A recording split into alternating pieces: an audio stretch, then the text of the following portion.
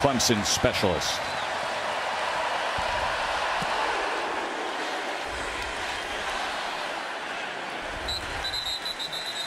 So Joe Milton in place of the injured All-SEC quarterback Hendon Hooker, who he's had a long college career, Greg. Of course, was up at Michigan as the quarterback with Coach Harbaugh. Then he transfers down to Tennessee after winning the starting job in 2020 that he eventually lost to Cade McNamara. Comes down to Tennessee, and he actually wins the starting job before Hendon Hooker took over after a couple games. And he is remarkably gifted thrower of the football. I mean, you just watch the ball come off his hand. It's ridiculous. His arm is as strong as any I've ever seen at the college level, and sometimes that works against him. Milton to open up this Orange Bowl with a pass that's deflected up at the line of scrimmage. It appeared that Barrett Carter was in the midst, right in front of Milton's face. Of course, tempo, a huge part of what Tennessee does offensively, and that's difficult to prepare for, especially in the bowl season. And you see that tempo right away, and again it's deflected, but this time it is caught by Squirrel White.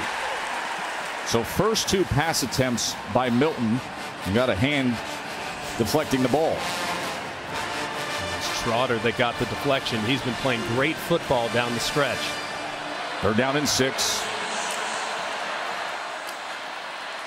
Milton able to hook it up and connect with Squirrel White for a first down. The 165-pound elusive true freshman. On 3rd and 5 right there, Clemson's defense playing very, very soft and giving up an easy completion for the conversion. Well, you saw Tennessee quick to the line. Looked like they were getting ready to snap with about 30 seconds. And then Brian Brzee, the excellent defensive lineman for Clemson, needed the trainers to come out for a visit.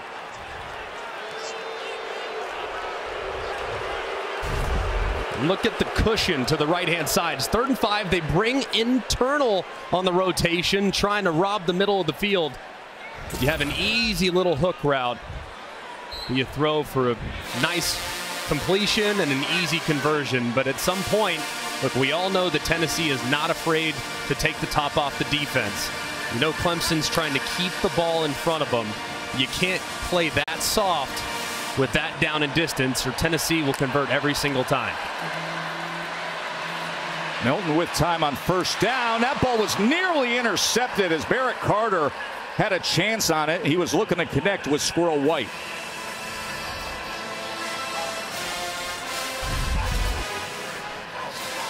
One that definitely should have been caught here. Ball's right on the money. It has definitely come with some velocity.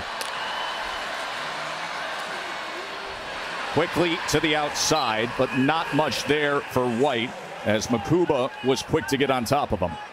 Last time with this down and distance, Clemson dropped that internal dropper from the safety spot and played very soft. Let's see if they get up and challenge those receivers a little bit more. It looks like that's exactly what they're going to do. Pressing on the top of the screen here on 3rd and 6. Milton. He is taken down. Rook Orororo with the sack of Joe Milton on 3rd down. The flag is down on the near side at the 40-yard line.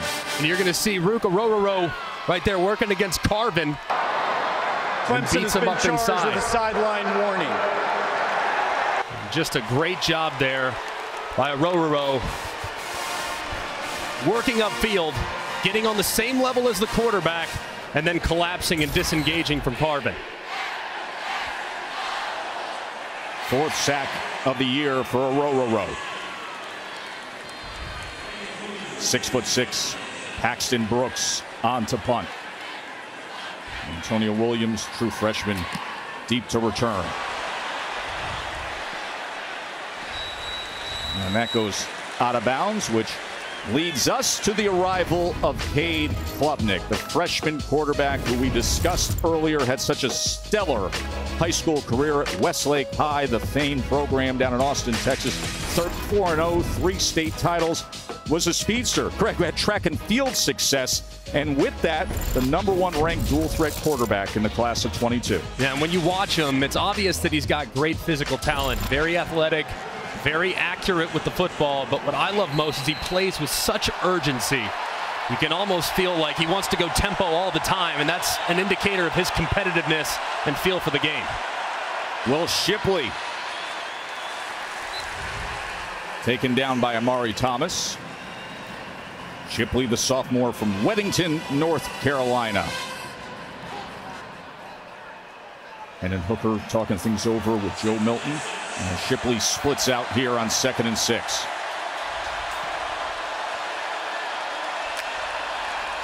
Klubnik, first start, first pass, and he is torn down. That was Aaron Beasley coming in hot.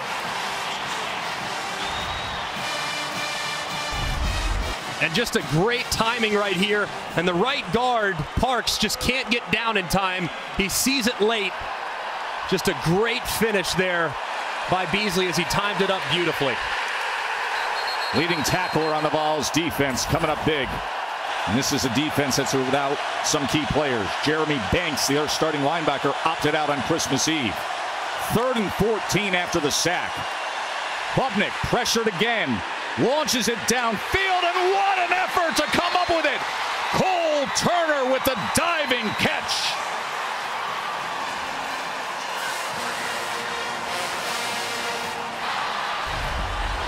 What an unbelievable catch by Cole Turner up the sideline.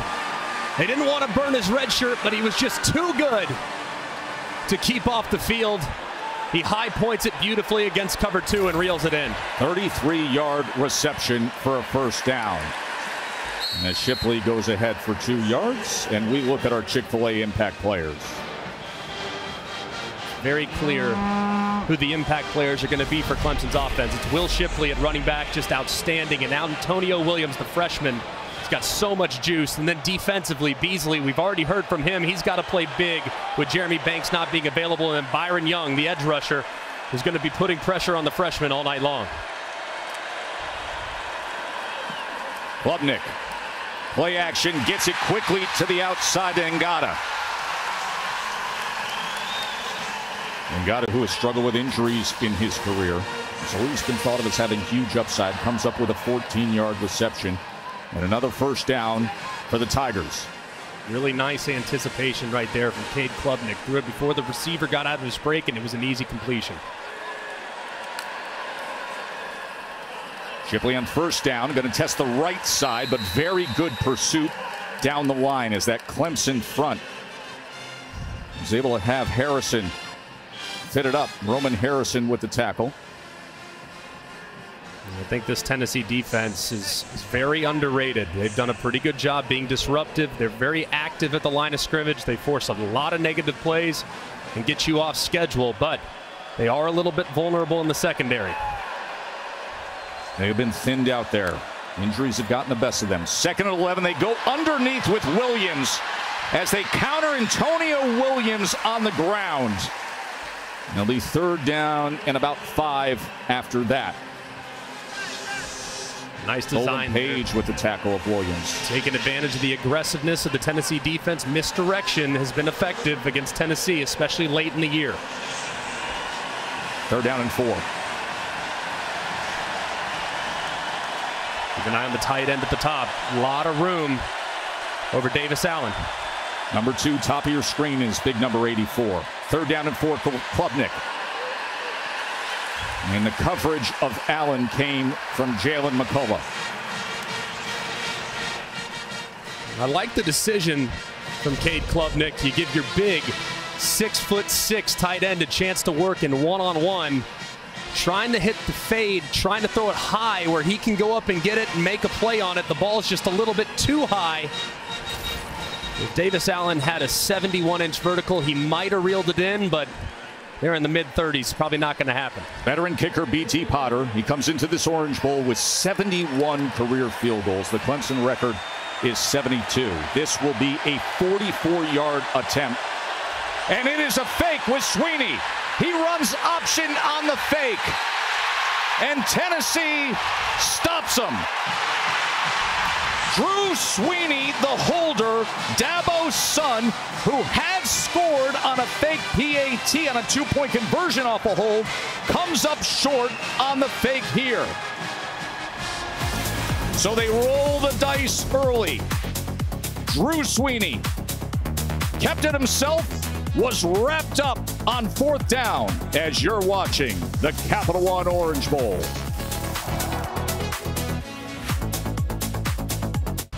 We got an early mayhem moment brought to you by Allstate, Greg. Yeah, this is speed option with the kicker, all right? Not ideal.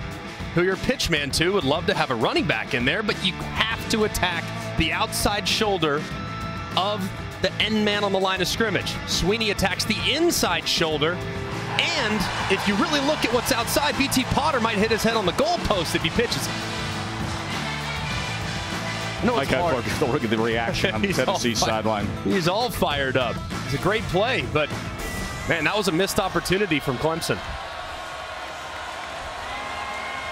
So Tennessee back out there as they go inside, and shaking free is McCoy. Brew McCoy, as you hear the Tennessee faithful raining down the Brew chant from here in Miami.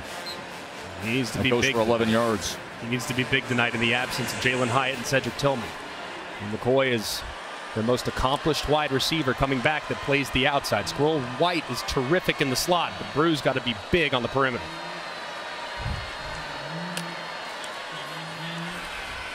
Jabari Small not finding much against that talented and stout defensive line for Clemson. So Cedric Tillman, who was a breakout star a year ago, he was injured this year. He's into the NFL process. As there is a Tennessee offensive lineman who was slow to get up. You mentioned Jalen Hyatt, the unanimous first-team All-America. He opted out as well. We'll take a break as the training staff is out on the field.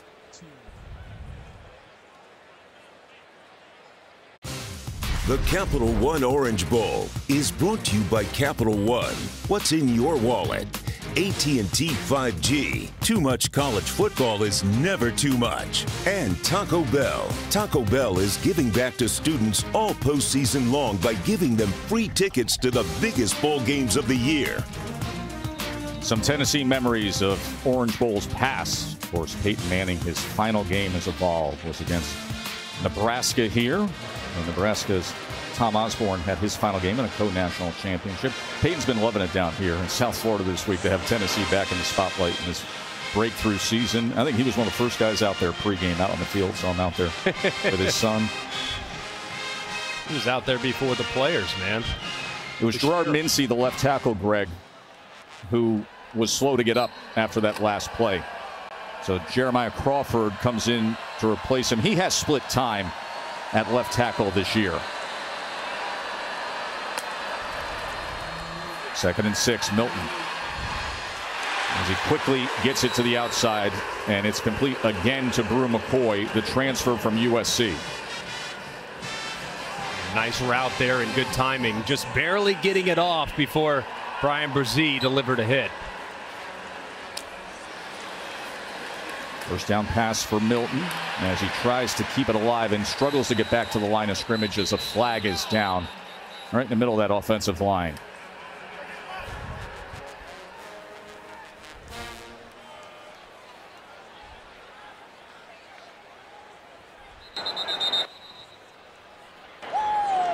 Holding. Offense, number 75. 10-yard penalty. First down. That's on Jerome Carvin, the left guard, who has only allowed 2 sacks in the last 3 seasons. First penalty of the game. It's twice now that Carvin's gotten beaten inside. First time he gave up the sack, and that time he tugs a jersey. So he's going to have to be a little bit better, maybe not get as wide in this pass set, because that's twice now where the speed of Clemson's defense has been a problem. Javontes Spraggins, the starting right guard, is walking off the field now for Coach Heupel's offense. Now consecutive plays. Mincey 2 plays ago and Spraggins. So 40% of your offensive line having to be replaced in consecutive downs. Ollie Lanes comes in, number 78.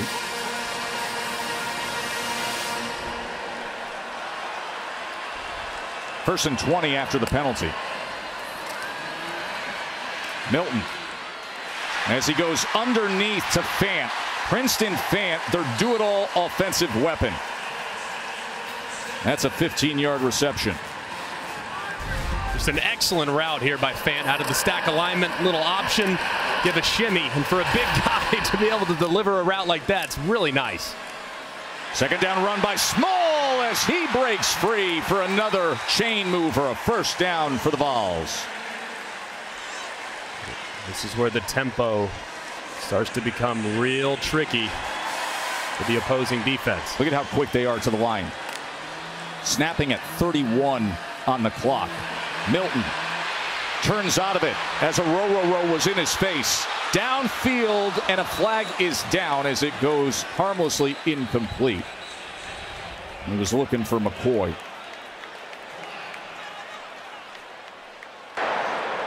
Holding.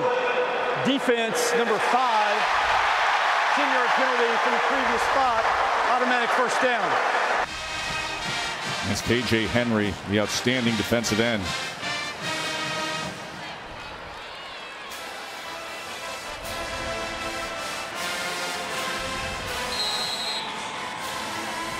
This is the spot of the field where Tennessee likes to go heavy play action, then throw a post to one of their outside wide receivers. Here at the top of the red zone, right at the fringe, this is where you get a heavy play action and maybe just hit Brew McCoy right across the safety's face.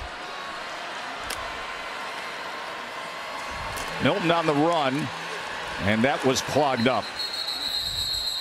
That was DeMonte Capehart with the tackle of Joe Milton. Clemson's defense is just so disciplined. To see Wes Goodwin, first full season, just an outstanding defensive mind, a guy that some in the industry call a savant. Second and 8. Flag comes in as Milton runs to the near side. Jalen Phillips was able to track him down.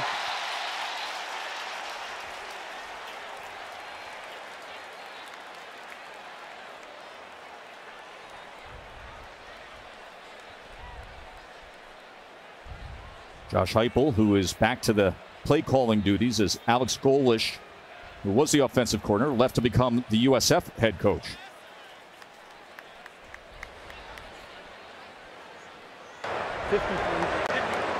Holding. Offense, number 53. 10-yard penalty from the spot of the foul. After the play, unsportsmanlike conduct. Defense, number 33. After this is to the goal, automatic first down. So Crawford the holding, but Aroro the costly penalty. That'll make it a first down, Tennessee.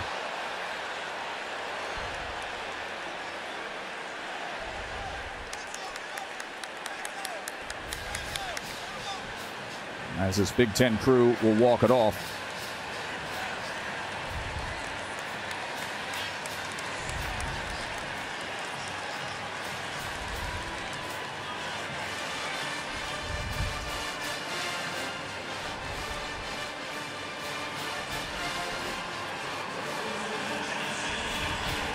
Dave Klubnik, the true freshman quarterback for Clemson, waiting his turn. Had 3 completions to open up the game before the failed fake field goal on 4th down. And now play number 8 on this drive for Tennessee. Small on first down. Nothing happening there at all. Henry and that defensive line collapsing on Jabari Small. It does look like Gerald Mincey, the starting left tackle, is back in the game. So good news. And also Spraggins, who was out a couple plays earlier, he's back at right guard. Second and 10. Small trying to bounce it. And then a stiff arm inside the 10, and the extra leg drive will have him just shy of that line to gain.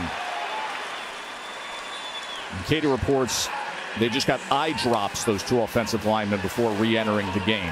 3rd and 2. Milton straight ahead as they get that push. Remember, Milton is 6'5" and just under 250 pounds, and yet another flag comes in late, all the way back at the 16-yard line.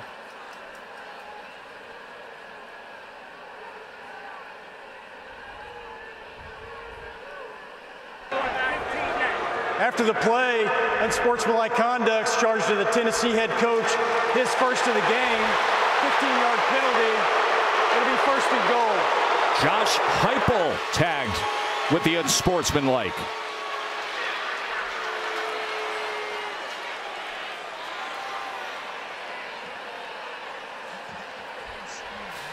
Let's take a look here at top right of your screen as you see Heupel down giving an earful to the official.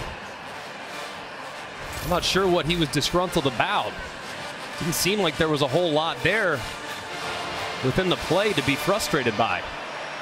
But that Big Ten official had a problem with it.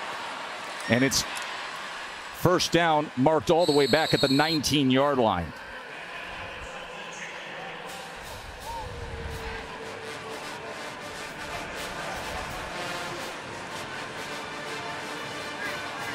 Very critical penalty, obviously, as your offense has lost a lot of very important yards down here inside the red zone.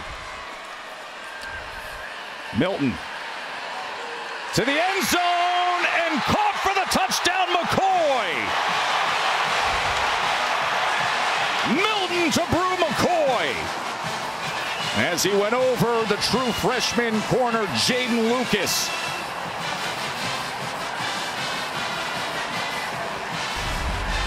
Just a thing of beauty on the design. That's the grab post, which opens up Brew McCoy on the double post to the outside. But look at how that safety reacts. He turns his shoulders and drives as Jacob Warren works across his face, which opens up one-on-one to the outside with a full head of steam. And the ball is absolutely perfect from Joe Milton. Clemson themselves a little thinned out in the defensive backfield. Sheridan Jones, the starting corner, unable to go with an injury. So Joe Milton starting in place of the injured All-SEC quarterback Hendon Hooker. It's his turn. It's his time. And this is how he opens up his Capital One Orange Bowl. The strike to McCoy. 7-zip. Vols.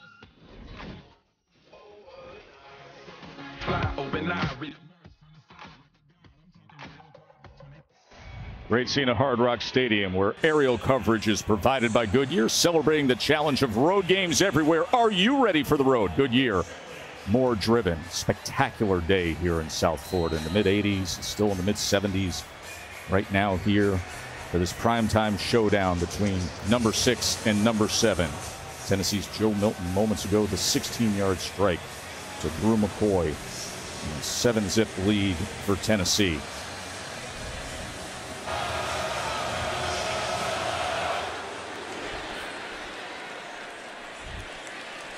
Katie? You know, Tess, Joe Milton told me he was able to get his confidence back this season. He started trusting himself and his abilities. He had taken the fun out of the game, which is why he played the sport in the first place. His friendship with Hendon Hooker has certainly helped that. But Josh Heupel says as Milton's understanding of the offense has increased, he's been able to play freer and faster, which ultimately just allows you to enjoy what you're doing. And he's certainly enjoying himself thus far tonight. Had to enjoy that last drive. Look at those numbers on the last drive, Greg. The touchdown pass was just a thing of beauty. Klubnik spins away from Shipley and comes back the other way to Davis Allen. Well-executed play by Cade Klubnik and Clemson. Eyes to the left, eyes back to the right, eyes to the middle. Everybody and their brothers running this play right now because Brock Purdy threw a touchdown on it a couple weeks ago, and it's so effective. You fake the screen to the left, you fake it back to the right, you sneak the tight end up the middle. Allen goes for 11 yards there. Shipley motions back. Klubnik. He throws back shoulder as he's able to connect with Joseph Ngata. See Brandon Streeter, the offensive coordinator, working with a very talented freshman class. Obviously, so much will be made of Klubnik, but I tell you what, Cole Turner and Antonio Williams, they're going to light some people up for quite a while here at Clemson. Streeter's first year as the play caller. Tony Elliott left to become the head coach at UVA. Klubnik off of play action. A lot of time to wind it up. Takes a shot downfield, and the flag reins in as McCullough got tied up with Ngata.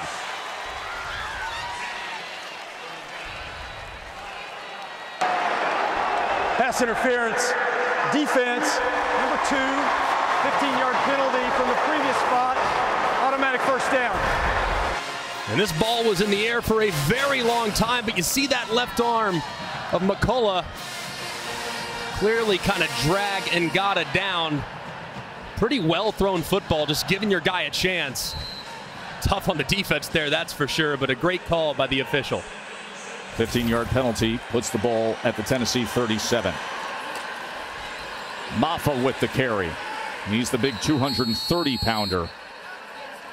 As he came on with Shipley in the backfield, goes ahead for 2 yards. I think Maffa, obviously, more of a downhill guy. Shipley, a little more versatile, really a 3-down back in today's football. Maffa, more your traditional 1st and 2nd down back, and obviously a guy that's going to excel in short yardage and at the goal line. It's Tamarian McDonald. Plays that star position for Tennessee, who the trainers are out to see. We'll take a quick break as they tend to him.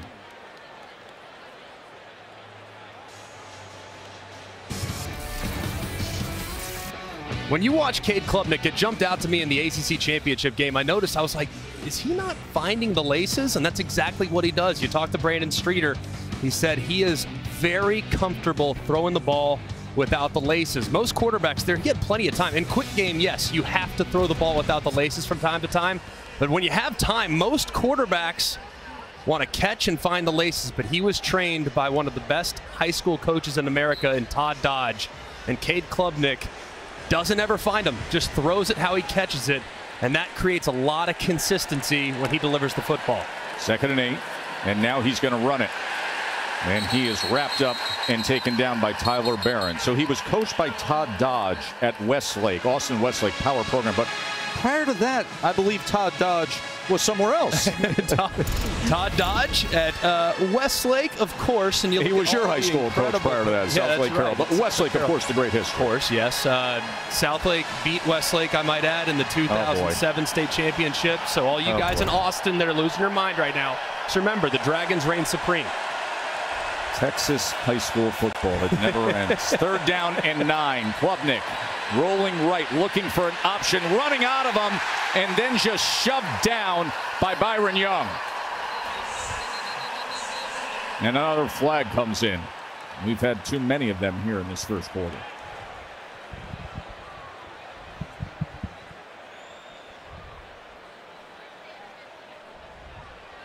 There is no foul for a low block in the play.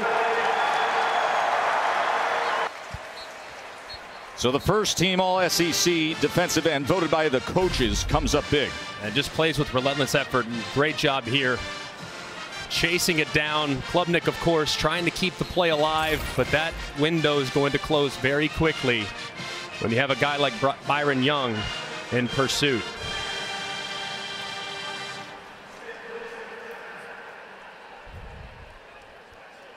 Now Clemson is going to use a timeout here after they were stopped on 3rd down. Of course, tomorrow is the college football playoff semifinals on ESPN. Number 2 Michigan taking on number 3 TCU in the Verbo Fiesta Bowl. That comes your way at 4 Eastern. And then is the Chick-fil-A Peach Bowl at 8 o'clock. Number 1 Georgia and number 4 Ohio State. Greg, if we are to have something funny go on with TCU tomorrow, how would they go about it? I think everybody knows the path to success for Michigan, but here's the path of success for TCU. They have to stop the run. Good luck. That's tricky. You're playing the best offensive line in college football. You have to create favorable matchups. You have terrific weapons on the perimeter, and I think they have to create some short fields as well. TCU's excellent at being opportunistic. So they do those 3 things, they can punch their ticket possibly to the national championship. This is a 55-yard attempt by Potter. He has made 4 from 52. He has the leg, but does he have the accuracy? It is off to the right. So they fake a field goal that gets stopped and then a missed 55-yard attempt. I'm no kicking expert at all.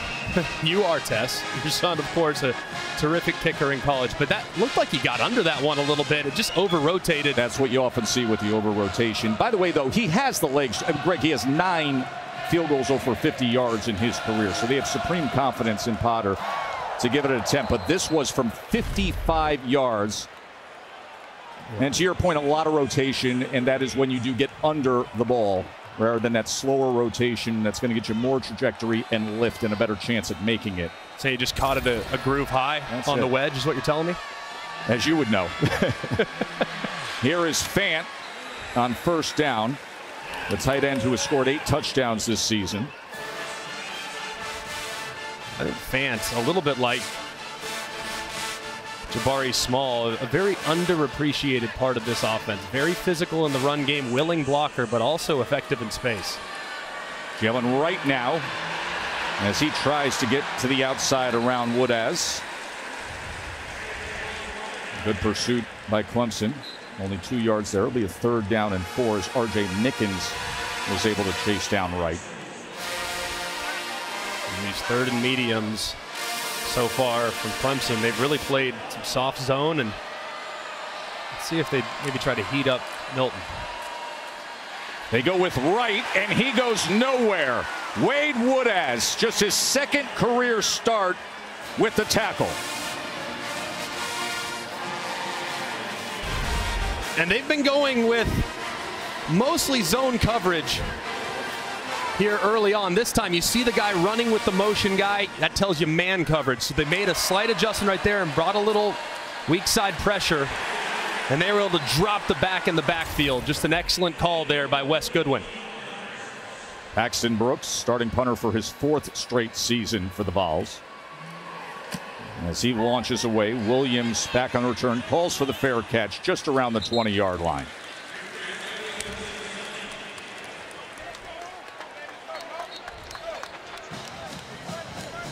Tomorrow at noon on ESPN, it'll be the All-State Sugar Bowl. Number 5 Alabama taking on number 9 Kansas State. And that's Kansas State returning to a New Year's Six for the first time in a decade. A lot of people out there I hear saying, Alabama, when they get in these kind of situations, how much do they really want it?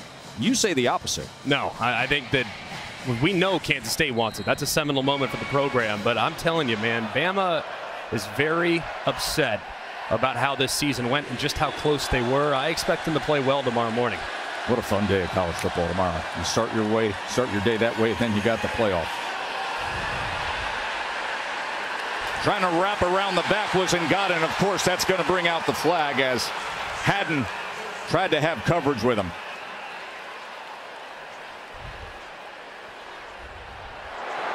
Pass interference, defense, number 5, 15-yard penalty from the previous spot, automatic first down. It's now 5 penalties for 55 yards on Tennessee. An unbelievable release there by Ngata, just right around, little swim right around Haddon, and underthrown deep ball is going to draw the flag most of the time. Maffa on the short pitch, able to keep his balance, and again making the most of it is Phil Maffa. Aaron Beasley finally was able to get to him. I'm telling you, man, the more you watch Phil Maffa, the more you kind of start to fall in love with him. I mean, it's easy to love Shipley with how many different ways you can use him and how he can be in the slot and he can be an effective contributor in the passing game. But I'm telling you, man, Maffa is a tough runner and has surprising agility at 230. Well, now they're in the backfield together. They fake the short pitch. Klubnik goes down to Shipley on the other side, and they are going to say that he was out of bounds. Ooh, man, that was one heck of an effort there by Shipley. We just referenced him being able to contribute in the passing game. That right there, back shoulder, downfield on the wheel route, almost drags the toe. It looked like that right foot was on the line. This Big Ten officiating crew all over it. Great communication there by the back judge and the side judge, and they determined it was incomplete. But really, it's been good pressure so far put on Cade Klubnik from Tennessee. They keep getting unblocked defenders in the backfield time and time again. 3rd down and 3. Klubnik goes inside and gets it complete to Antonio Williams just beyond midfield. The true freshman who leads the team in catches. He's electric now. I mean, he's got a lot. When I watch it, it's a lot of Amari Rodgers. Just great catch and run. probably never going to really live outside, but you put him in stacks and bunches and you motion him around. I mean, he is a really fun piece that you can use in a whole bunch of ways there on offense. First down run, Maffa. So he gets it to the 44-yard line.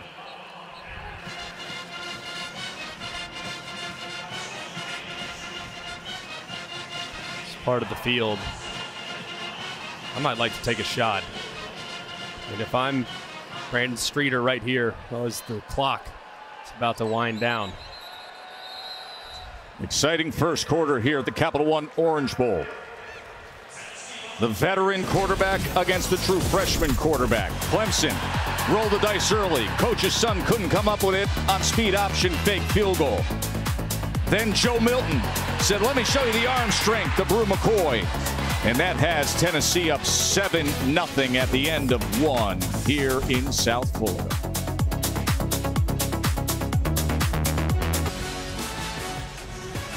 Glad you're with us watching the Capital One Orange Bowl. Joe Tessitore, Greg McElroy, and Katie George on a warm evening here in South Florida. Clemson has 3 drives, 3 times in Tennessee territory, and so far no points to show for it. Start of the second quarter. This would be a shot play for me. You have the second and medium. You're on schedule. Heavy play action and work a one-on-one. I'd love to see a go ball right here. Instead, Klubnik keeps it, makes a man miss. And look at the quick feet of Cade Klubnik. A really nice read here. You watch the left end, Byron Young. He stays wide.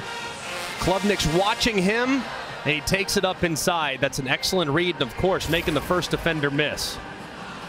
Remember, he's a good athlete. Ran the anchor leg of the 4x400. He's got some agility, too. So 12-yard run by Klubnik. And now he floats it up with a man in his face, and it falls incomplete. Man, what a big hit by Wesley Walker, just coming off the left-hand side, blitzing from depth. And Jordan McFadden, the left tackle, just can't get out fast enough. And he delivers a shot. Trayvon Flowers is out, starting safety for Tennessee. He was out last game too, but Walker has stepped in.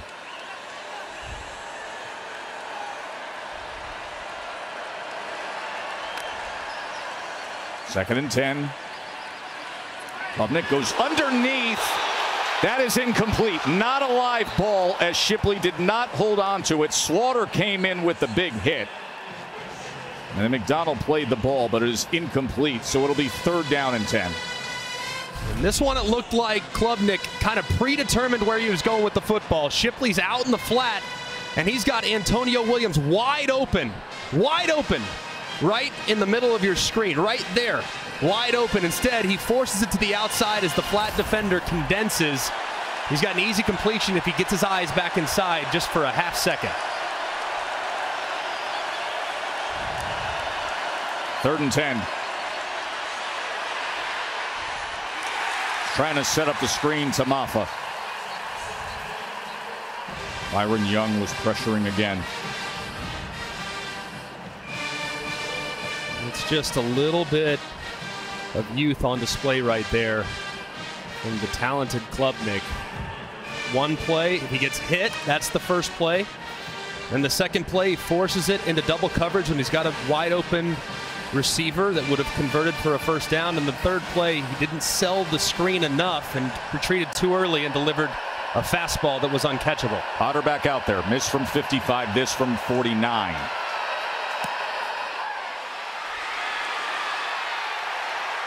And again, it stays to the right. Failed on a fake field goal, 2 missed field goals, and still a goose egg on the board for the ACC champions.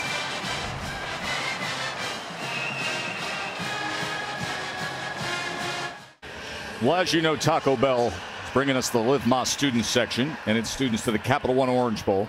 Tonight, they're picking up the tab for the students from each school so that the passionate fans could come cheer on the team. And tonight's game, Greg, it features the winners of the 2022 Live Más Student Section of the Year, Tennessee's Rocky Top Rowdies. Deserving. Anytime you throw a piece of goalpost into a river, that's usually a prerequisite for winning some postseason awards. Oh, man. Back on October 15th, the thriller against Bama. Goalpost went for a tour of Knoxville. After the missed field goal, Joe Milton looking for the quick strike. Instead, he's got a whole lot of traffic, and he's got Brazee crashing down on him. Brian Brazee with the sack, his 9th of his career. And this is Brazee working again against Carvin, the left guard. That's the 3rd time now that Carvin's been pushed to the outside and then beat inside. Protect inside out. 2nd and 18. As Jalen Wright can't find anything. It's going to be 3rd and long. Brian Brazee, young man, has faced incredible grief this year. The loss of his sister Ella, her battle with cancer. And then Brian himself hospitalized mid-season. He's finally healthy and showing you what he can do at his best. 3rd down and 16. This time Milton with time. That big rocket launcher of an arm, and it's incomplete as he was trying to get it to Ramel Keaton. But Toriano Pride Jr., the true freshman, was staying with him. Man, I told you, man, this kid could send it. But Toriano Pride, great job getting that left arm up, timing it perfectly, getting your eyes back inside. Keaton did a pretty good job of timing his jump. But that is extremely well defended by the freshman. 2nd straight 3 and out for Tennessee. Paxton Brooks to punt away. Chance for a return for Antonio Williams. Brooks back rotation, slight knuckler, which forces the fair catch at around the 34. What's going on, Katie? Well, Tess, Cade Klubnik's going on. He is super poised and always calm on the sidelines. In between series, he sat down, and Dabo Sweeney came over and had a conversation with him. He said, you need to be patient with your eyes. You got to find him and deliver the ball. As he had that conversation, just nodded, locked in. Yeah, it's just a great job by Dabo Sweeney. He sensed, I think we all kind of did, that 3-play sequence where Klubnik just showed a little bit of youth, not much. You get hit by a blitzing safety, I would show some youth too, but you just got to settle him down. And Dabo Sweeney in his 200th game, he's been here before. He knows how to do it, that's for sure. 34-yard line is their best starting field position. Klubnik, he is taken down again by Aaron Beasley.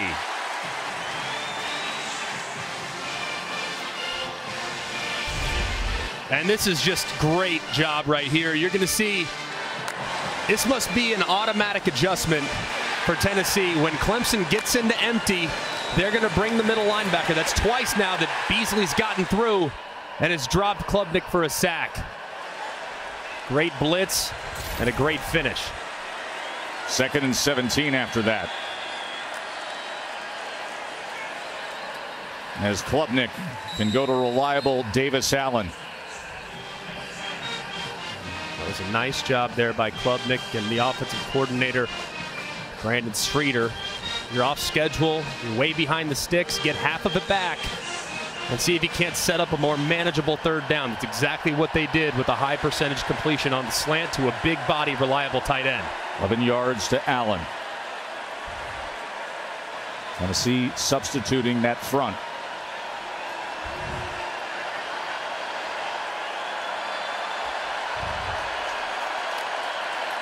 Third and 6. Klubnik taking a shot downfield on 3rd and 6 and gets the flag to come in as Cole Turner was wrapped up with Deshaun Rucker. Number 55 penalty yards against Tennessee in that first quarter. And Clemson's going to have a 1st down after this one. Pass interference, defense, number 28, 15-yard penalty, automatic 1st down. Another good call by this officiating crew. way too much contact. I mean, just completely all over Cole Turner. You got to turn around and at least try to make a play on the ball. As we referenced earlier, Tennessee in the back end a little bit short-handed. And Clemson, as a result, being very, very aggressive on the downfield passing attack. 66 penalty yards per game tonight, already 70.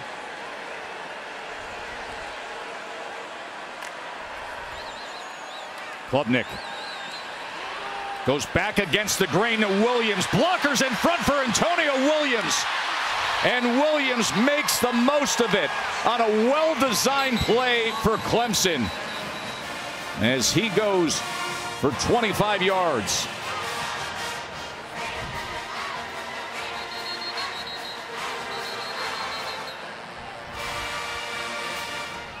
It looks like Tyler Barron, number 9, as they were going in for the tackle, he kind of got his arm twisted in. This is just such a cool design. You fake the jet sweep, then you go all the way back to the right, get full flow. Look at all those Tennessee defenders running to the right to stay out in front of the quarterback, and then boom, you time it up beautifully. Klubnik throws a nice pass with blockers in front, and the most explosive weapon on the Clemson offense creates a big play. Also, great sell job by Will Shipley. See him with his hands up, say, "Look, I'm here, I'm here." I love it. The opposite way to Williams.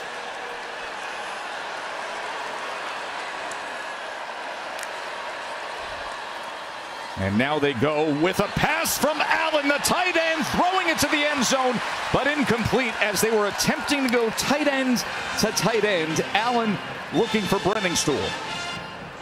You see Allen just tapping the helmets. Hey, my bad, bro. It's really well designed. It's perfect. You got the lefty rolling to his throwing arm.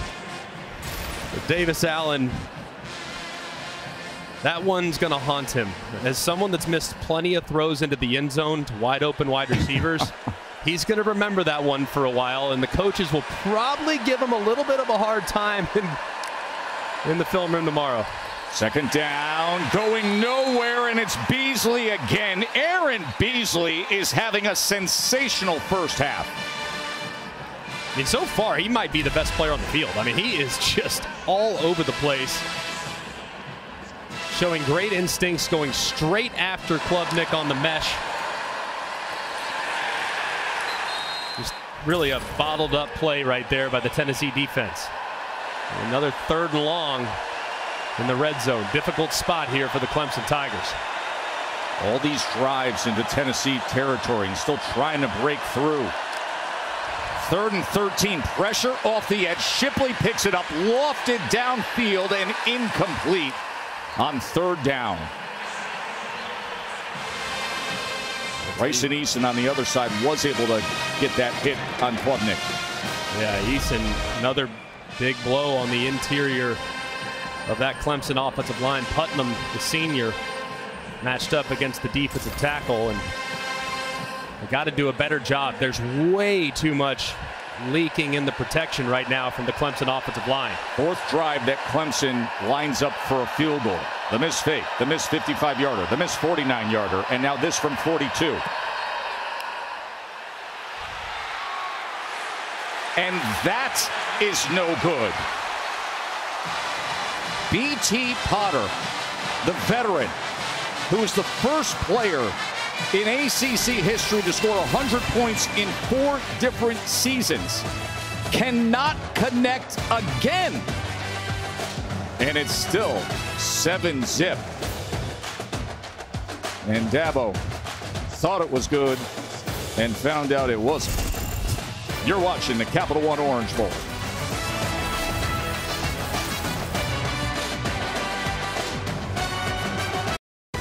The Capital One Orange Bowl is brought to you by Capital One. What's in your wallet? And Instacart. The world is your cart. Instacart. Some Orange Bowl memories for Clemson.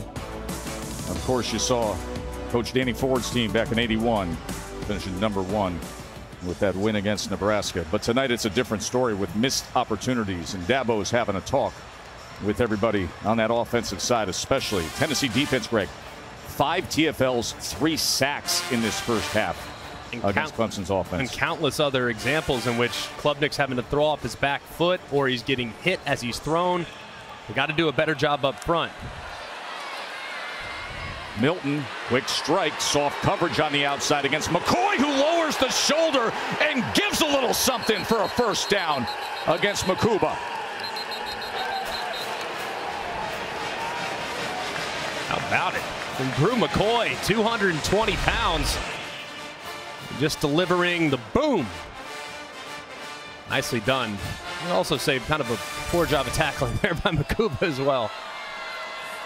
Milton comes to the other side and goes to Keaton, and Keaton is wrapped up immediately that time by Pride. But let me tell you something about McCoy when I see a play like that, and then we've been dealing with opt-outs in the last week. And certain players that don't want to play in a game of this magnitude. That's effort. That's ball right there. Here's Squirrel White.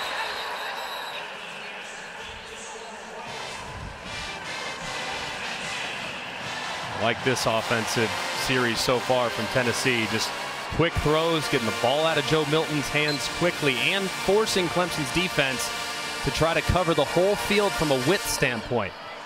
4-yard reception, first down now.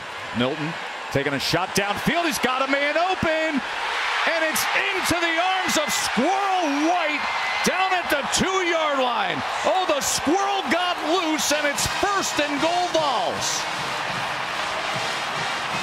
Tennessee might go quick so they don't take a look at it. But what a throw and what a catch. 50-yard reception, quick to the line, quick to snap. And Small takes it straight in for the touchdown.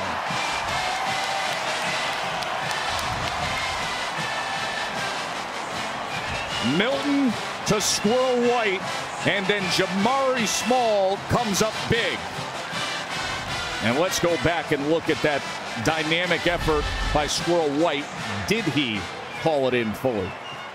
Man, just unbelievable concentration, and he definitely reeled it in, and then Jabari Small pays it off with his big right guard, Spraggins, walking him in.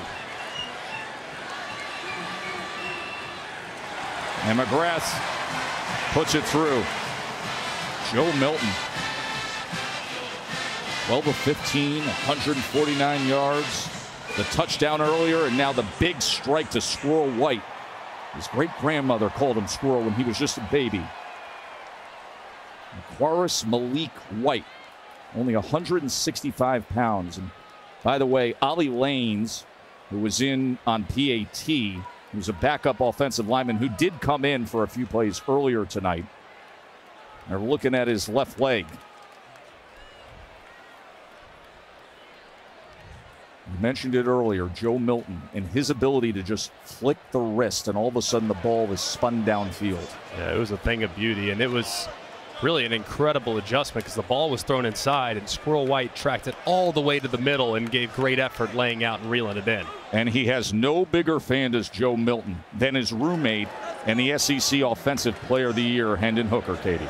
Thanks, Tess. Hendon, it's great to be with you.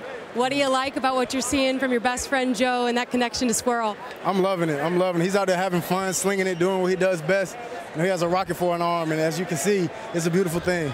I know your health is a top priority, but why was it so important for you to be here with your team this entire week in meetings and here on the sidelines? Just so I can help out any way that I can. I always want to help out my teammates in time of need, and when it's game time, it's always encouragement and how can I lead. So being involved in meetings was a big part of that. You've been a large part of Coach Heupel's success. Why has he been able to find success so quickly in his 2 seasons? He's a great teacher, and he surrounds us by other great teachers, as Coach Hosley and Mitch Matello. So really just them teaching us and us being attentive and learning day in and day out has helped us succeed. You're beloved in the college football community. What has your time meant at Tennessee? Yeah, it meant a lot to me, my family. Them just embracing me and coming off a rough season that they had. All I wanted to do was just help and do what I could do in order to get Tennessee back to where they belong. How has your rehab process been going? It's great. It's great. The first day out, I was moving at 60% bend, and now I'm past 90. So I'm excited for my journey. We're really glad to hear that, and we can't wait to watch where you land. Thank you so much for everything. It's been a pleasure covering your career. Thank you for having me. That's well said, Katie, and it has been, as Ollie Lanes continues to be looked at by the medical staff of Tennessee. He was injured on that PAT attempt. But Hendon Hooker, a great visit with Katie there. Greg, he had surgery 2 weeks ago in Los Angeles to repair the torn ACL, as Lanes is able to get to his feet and helped off the field. But the perspective on Hendon Hooker, an absolutely sensational season. Just amazing. I mean, the fact that he wasn't in New York is an absolute joke. It is. It is. It's an absolute joke. You're going to tell me this guy isn't one of the top 4 players in America? I think you're crazy. It's as simple as that. I think he's that good.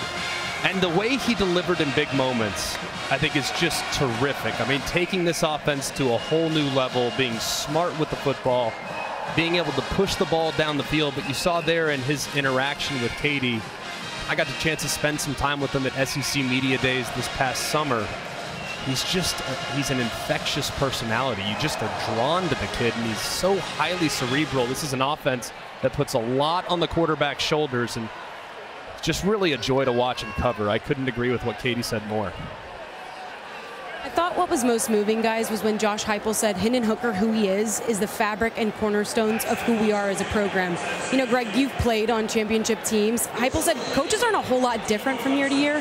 What separates those teams is the leadership within. You have to have someone who defines your message but also lives it every day in order for your program to grow. That's Hendon Hooker. They wouldn't be here tonight in Miami if it weren't for him. And it's a message of perseverance, too. Remember, this was a guy that got beat out prior to the 2021 season and got his opportunity because of an injury to Joe Milton in the second game of the year and never looked back. Here's Will Shipley taking it out from the end zone. Shipley with a good return for Clemson, as it was Paxton Brooks, the kickoff specialist and punter, who was the first to get to Shipley. And just to wrap up the conversation on Hooker, listen, he's here on crutches, surgery a couple weeks ago. Past couple weeks, he was zooming into the quarterback meetings. He's an all-in team guy, a leader. And as you said, Travis Dee was in New York as a Heisman finalist, SEC Offensive Player of the Year by the coaches and by the Associated Press. He only threw 2 interceptions in 329 attempts this season to get his team in position to rise up to #1 in the country. All right, back to business for Clemson and Cade Klubnik, the true freshman, making his first career start. As Maffa will take it ahead, and there's that power of Phil Maffa at 230 pounds as he took Page for a ride out to the 46-yard line. I think this drive really needs to be about both Phil Maffa and Will Shipley. You got to take the pressure off of Cade Klubnik. So far, Tennessee's been able to pin their ears back and rush the passer because the running game really hasn't been committed to at this point. Take the pressure off your freshman and see if you can't challenge that offensive line to run the football. And you see the success it brings them right there with the commitment to it with Maffa. Already past midfield. Again, like Herb Brooks. Again. Right downhill.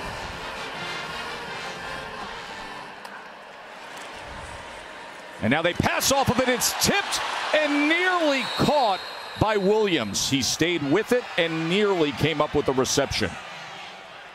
Just an RPO this time. They have a run play called inside. You see that vacated space to the right, but it was a great job there by Herring, who read the quarterback pulling it out of the belly of the back on the RPO, stopping his rush immediately, throwing his hands to the north and getting a piece of that football. Shipley comes back into the game. He only has 5 yards on 3 carries, this time out of the backfield, as he's able to use the block on the outside. He's done that before, just as Louisville high hurdling and going ahead, and that will move the chains as he went over Slaughter. How about it? He is dynamic, isn't he? He really is. 15 yards after the catch, a first down for Clemson. Play action, Klubnik. He's going to tuck and run, and Klubnik didn't slide down and Haddon drove him back. But we mentioned what Will Shipley did against Louisville. How about this, Craig? Yeah. Maybe don't hit him low. Look at this. I mean, just unbelievable. Splits the defense. And as you see Travis Etienne, the all-time great Clemson running back, loving what he's seeing. Shipley going aerial again. It's a great player, man. Just a terrific football player. 2nd and 2. Hoffa behind Klubnik. Klubnik pulls it. And Klubnik will have the first down. And consider all these drives that have come into Tennessee territory. 5 drives, no points so far. In position, haven't been able to come up with some critical 3rd downs, and then the special team miscues. Commit to running it. Still, stay on the ground. It's working. Klubnik on 1st down. He's going to check down underneath as he goes to Turner. And Beasley was quick to get on top of it. Aaron Beasley's been so active in this first half. You see E.T. Potter looking on. You know, he's done so much in his career, but I'm almost tempted at this point after 3 missed field goals, 2 to the right, or 1 short, 1 to the right, 1 to the left. I'm almost tempted at this point. Maybe every drive is 4-down territory. 2nd and 11. Shipley's in the slot to the right of Klubnik. Now they motion him back, and they're going to run Klubnik off of it. And Klubnik takes it inside the 15-yard line. It'll be 3rd down from there. Jalen McCullough with the tackle of Cade Klubnik.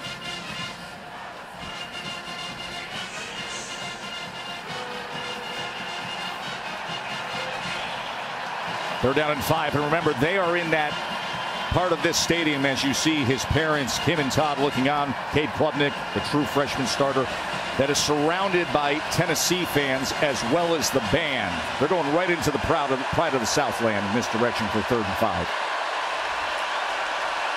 Klubnik, 3rd down. They pick up the pressure. He's all the way back to the 35-yard line as he had to toss it away. They are going to go for the field goal. Just goes to show you, I mean, Dabo Swinney has so much faith in B.T. Potter, and understandably so, been so good for him for so long. But that was an excellent response by the Clemson offense. Just got to continue to play better in the red zone. Still don't know why they decide to throw it that many times as the field started to condense. 5th time lining up for a field goal attempt. 3 misses and a failed fake. And this just sneaks through from 31 yards. And with that, he ties the Clemson record of 72 career field goals. The hold of Swinney, the kick of Potter, and he says, finally, I'm back to being myself. And Dabo Swinney's team is on the board here in the Capital One Orange Bowl, 14-3 Tennessee.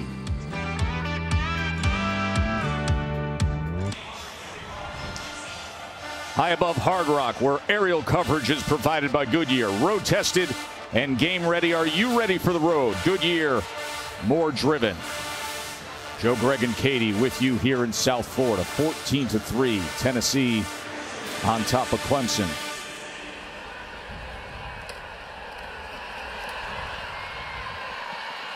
There's Williams on the return. And he's driven back behind the 20. Well, Joe Milton, you saw that flick of the wrist a little earlier to Squirrel White. How about this flick of the wrist? The viral video of tossing an actual orange before the Orange Bowl back at their practice facility. The distance of the field and beyond, Greg, as it splatters against the back wall. It's ridiculous. I mean, I'm not kidding when I say this.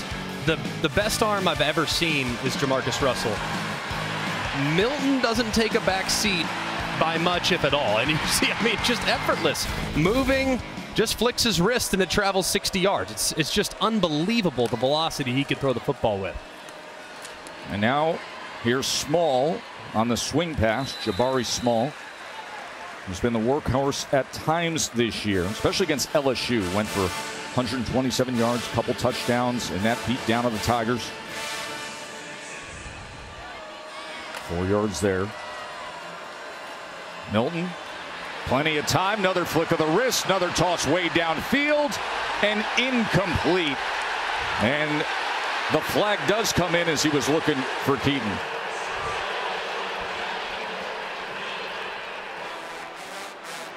I don't think there was a flag there wasn't. thrown. Thought initially, I don't know. Initially, that was the reaction. Out of his pocket or what? No, seemed like it was pretty good coverage. Obviously, behind the defense, ball's a little late, which allows Pride the opportunity to catch up. And I actually think it's a good no call. I know there's a little contact. The Pride turns his head inside, trying to make a play on the football, makes a little contact, but ultimately, I'm okay with keeping the flag in your pocket right there. Good coverage by Toriano Pride Jr. 3rd down and 6. Milton tried to go back to Keaton, and it's incomplete. And a good job by the Clemson defense.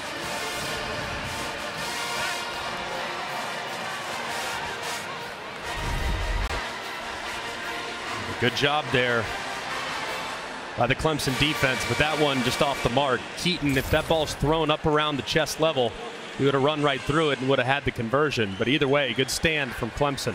So Paxton Brooks, the senior veteran punter who 6th all time in Tennessee history in yards per punt average, out to boot it away again. And Williams the fair catch inside the 30. Cade Klubnik and the Clemson offense with an opportunity before halftime here. And happy holidays to everybody. What a beautiful week of holiday celebrations here in Miami.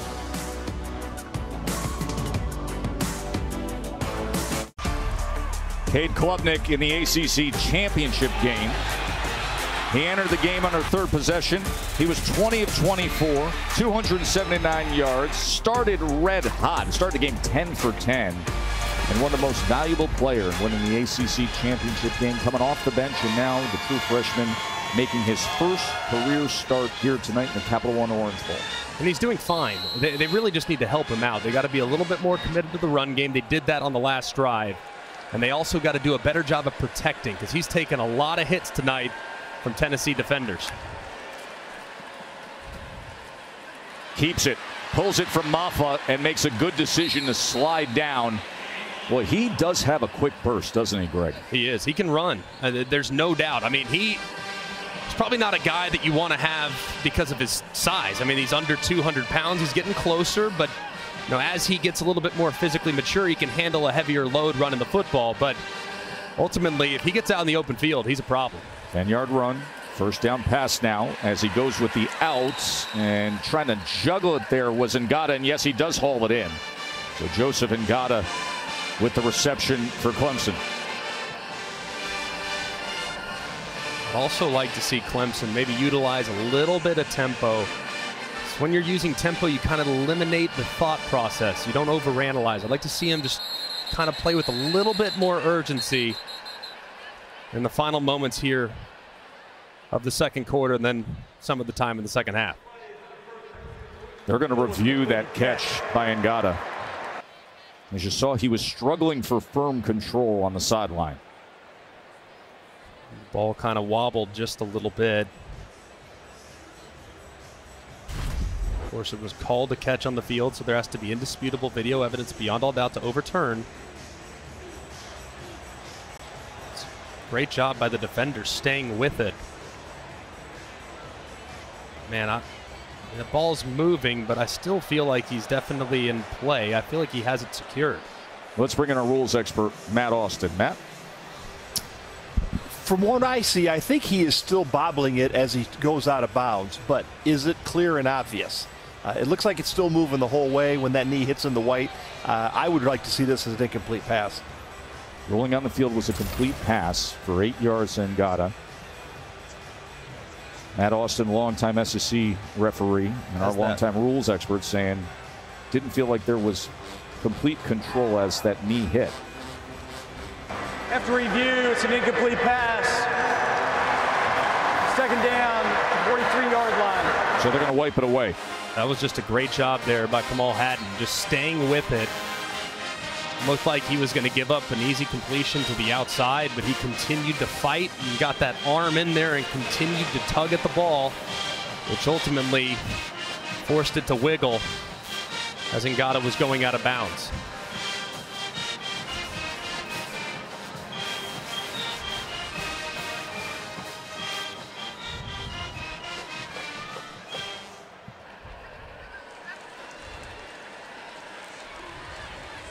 Now bring it back to the 38-yard line. 2nd and 10. Vilmafa remains in the game as the running back, flanking Klubnik.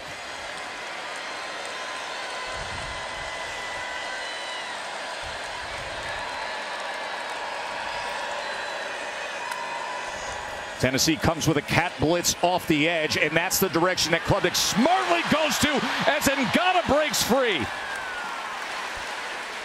So they came with the cat blitz. Klubnik read it, got it out to Ngata.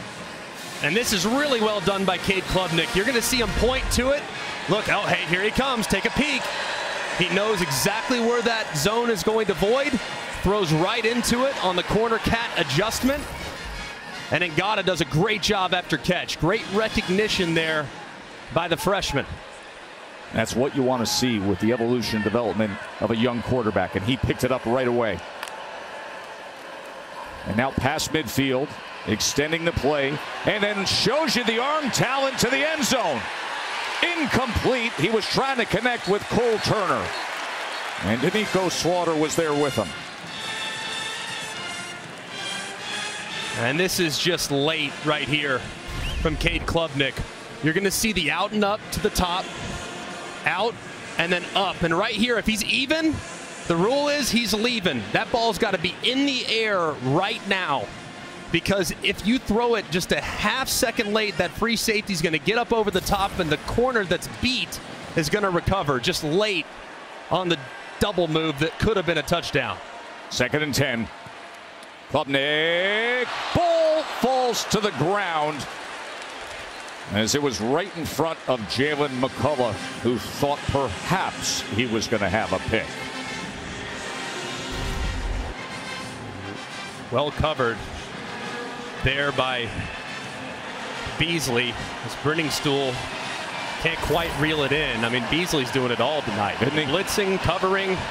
Linebacker's having himself a day. Big down here for the Clemson offense. Tennessee has traveled well, and you hear it on critical 3rd downs. They're 2 of 7 on 3rd down as Clemson. 3rd and 10 with the Tennessee fans roaring. Klubnik steps up. Nearly was able to get it to Spector, but just lofted too much on it. And just another example in which just a little bit late from Klubnik. It's really good movement in the pocket, feels that backside pressure, moves up, steps up, throw it right now. You don't have to continue to move. If you just throw it right there as you're sitting and you're starting to see Spector come to the green grass to the left-hand side, that ball's got to come out. You see, I mean, it's just the processing, the physical ability with Cade Klubnik is off the charts. It's just the processing and getting through progressions is still very much a work in progress, like it should be as a true freshman. This is Aiden Swanson's first punt of the evening, and did they save it? Touchback.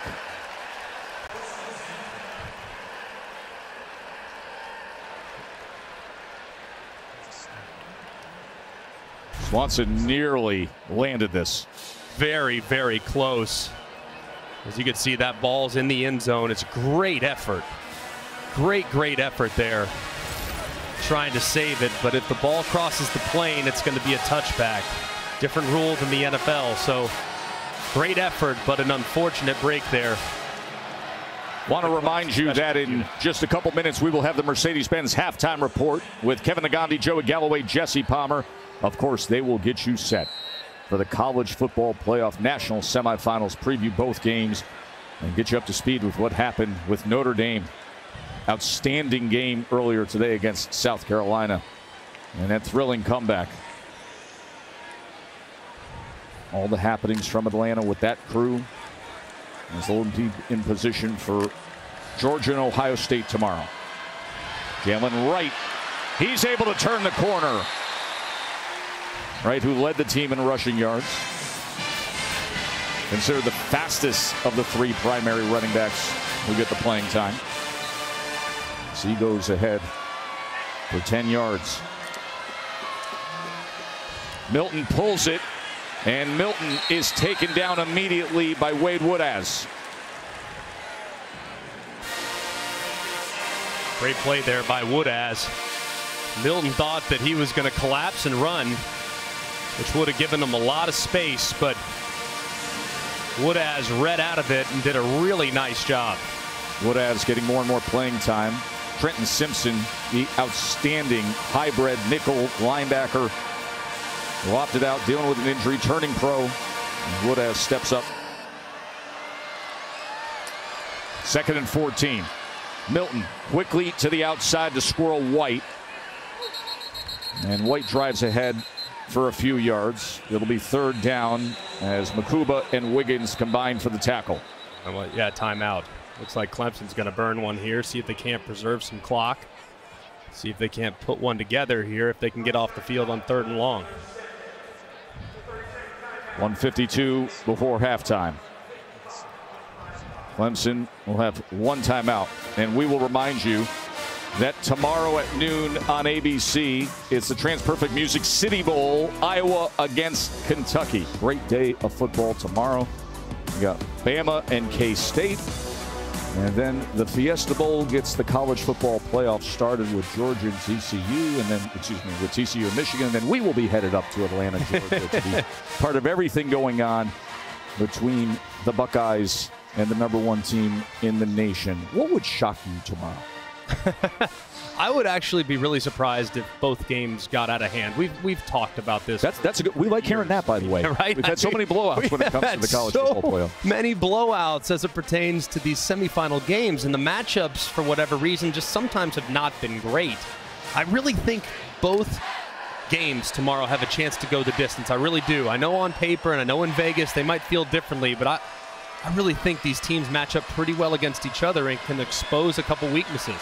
So here's an opportunity for the Clemson defense. They use the timeout, facing a 3rd and 8 as Tennessee. Clemson looking for the stop here. Milton can't find anything. Great job up front by the Tigers, Davis and Brazee.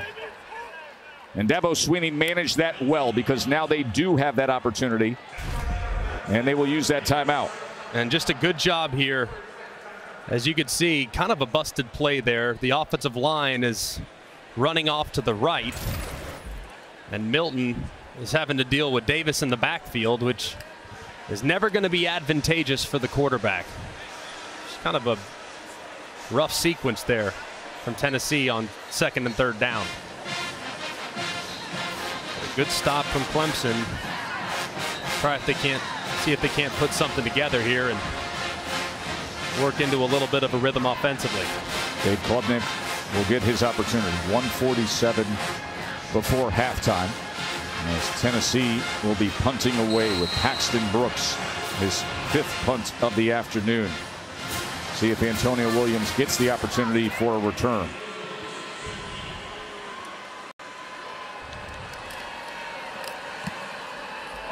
It is a sky punt. A fair catch just inside the 30-yard line.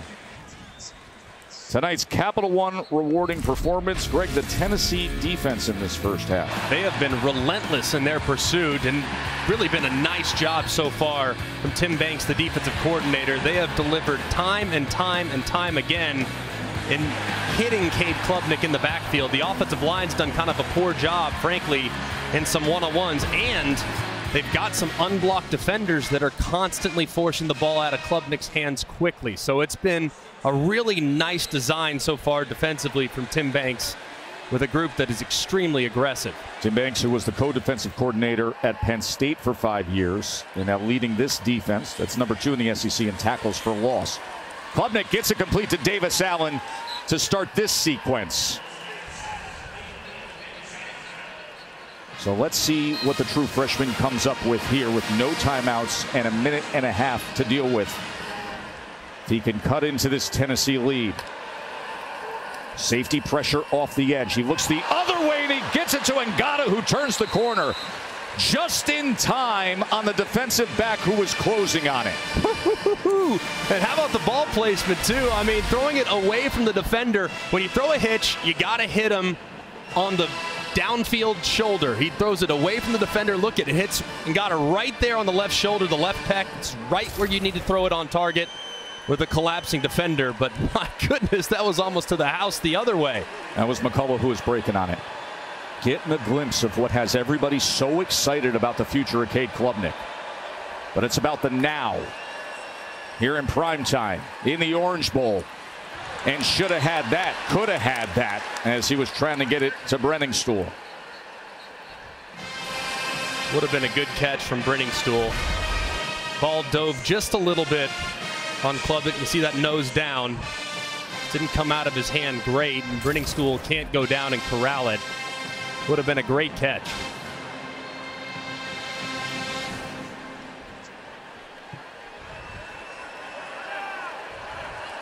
Only once this year were they held without a touchdown, and that was the loss against Notre Dame. Trying to remedy that here tonight. Klubnik extending the play, and now is going to run it. And he's able to make a move to the outside.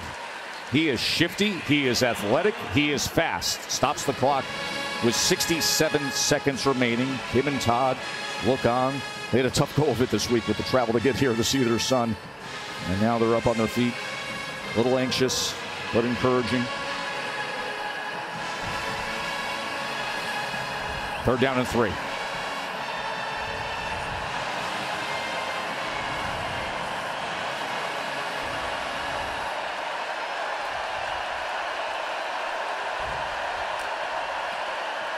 Third and 3, shovels it to Shipley, and Shipley's going to get it and more. Clock will stop for a moment as they move the chains. Great job by Shipley there. It was not well blocked by Walker Parch. He kind of got lost, but Shipley made it happen anyways. Klubnik quick outs, and he's able to connect with Turner. The true freshman's doing a good job of managing things here in the final minute. Sometimes here in a 2-minute operation, you're getting more simplified defensive looks and you're playing in a more simple package. So oftentimes freshmen excel in situations like this. And he hits the slant to Randall, and that's a 1st down. 34 seconds remaining. Clock stops momentarily to move the chains. No timeouts remaining for Clemson. And he will clock it. 31 seconds remain. It's a nice drive from Klubnik, Greg. Very, very nice. And a good job using the clock operation there. After the 1st down, you would love to maybe throw a fade ball to the end zone so you can have that extra down. Now you have 2 downs to obviously go 10 yards. So would love to have saved that down and see if you couldn't get a play called quickly. Now, if it was down in the teens or something like that, that's where I'd want to preserve the clock. But here, I think they had enough time to probably get a play called and see if they can't take a shot towards the end zone.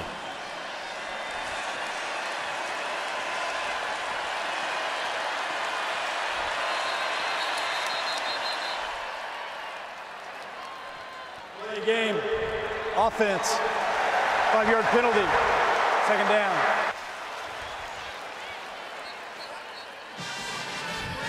We'll get pushback to the Tennessee 18-yard line. Had 9 combined penalties in this 1st half. It's not often you see a delay a game in a 2-minute operation. The first time I've seen that, just kind of lost track right there after clocking the ball.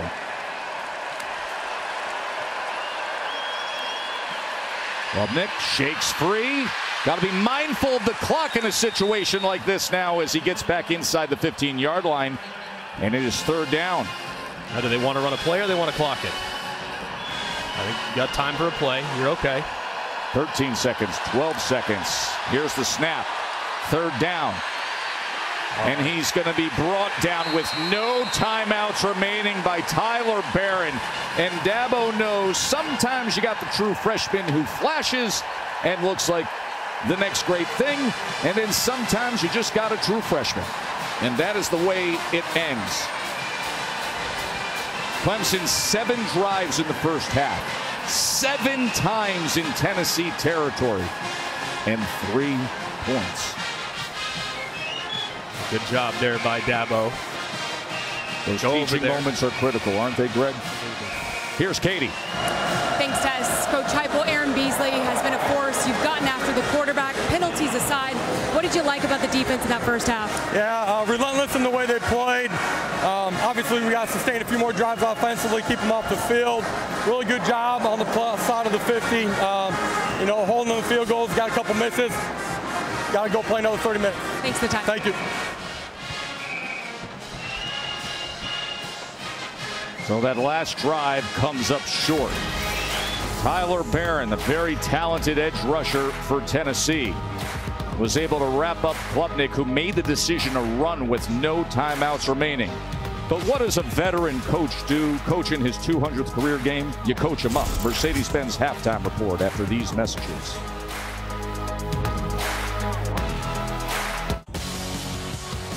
Hard Rock Stadium, home to the Capital One Orange Bowl. Joe, Greg, and Katie with you. It is a 14-3 Tennessee lead over Clemson. McCoy with the touchdown catch, Small with the touchdown run. Game Track is brought to you by Princess Cruises. And Greg, you look at that first half by Clemson, I mean, total plays 53-36. They only have 3 points. Yeah, and to think almost 300 yards of offense resulting in just 3 points. It's obvious that at halftime, Dabo Swinney's message has to be finish. Has to be when you get close and the field condenses, the challenge now needs to be taken off of his young quarterback's shoulders and put on the offensive line in the run game, because they're running the ball pretty well. They just haven't committed to it as much as they really need to, especially in the red zone. We didn't have any turnovers in that first half. We did have 7 drives by Clemson that went in Tennessee territory, but only the 3 points. Cade Klubnik, he was managing things well on that last drive until those last 2 plays, but he will get the chance here as they receive the second half kickoff to start things off. And a great teachable moment there at the end of the half. I mean, just situational awareness. It's totally understandable. But hey, that's in the past. Now, focus on the task at hand and see if you can't showcase some of the adjustments you made at halftime to have a great first drive of the second half. It's a bouncer that is fielded at the 12-yard line.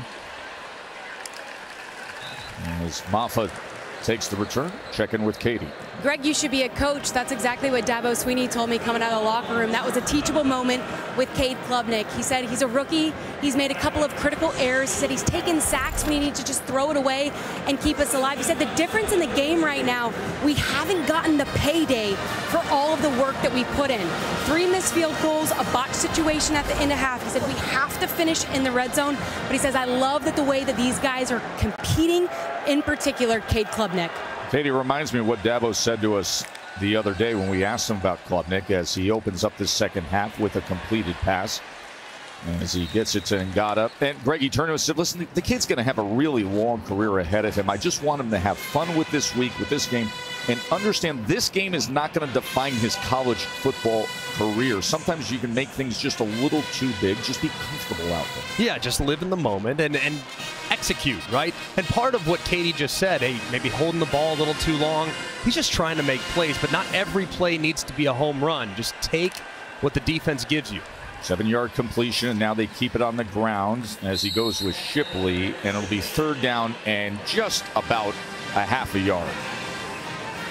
Eason had the tackle of Will Shipley. I do think that Shipley needs to be more involved in the second half, whether it be through the air or on the ground, but just 4 carries there in the first half. They got to get their best weapon offensively involved. As they do here, and you see him spinning to the 49-yard line for a first down, tackled by McCullough. And consider how many times they have crossed the 50-yard line as they are right on the edge of doing that again. 36 plays in Tennessee territory in that first half. 36, and no touchdowns to show for it. It's really a remarkable stat. I mean, it is amazing. Shipley again, and here goes Will Shipley, and now maybe he is finding his gear. It's a first down for Clemson, finally chopped down by McCullough. And part of that is going to happen, and you're just kind of working some zone reads there towards the end of the first half. There were a couple examples in which Klubnik pulled it on the zone read because they were collapsing on Shipley. Now they're staying wide, and the give read is there. Klubnik keeps, and Klubnik will work his way to the 31-yard line. Similar play there, just an inside zone read. And man on the line of scrimmage collapses, you pull it, and you set up second and short. I don't know why you'd go away from it if you're Brandon Streeter, the offensive coordinator. Just continue to try to pound the football.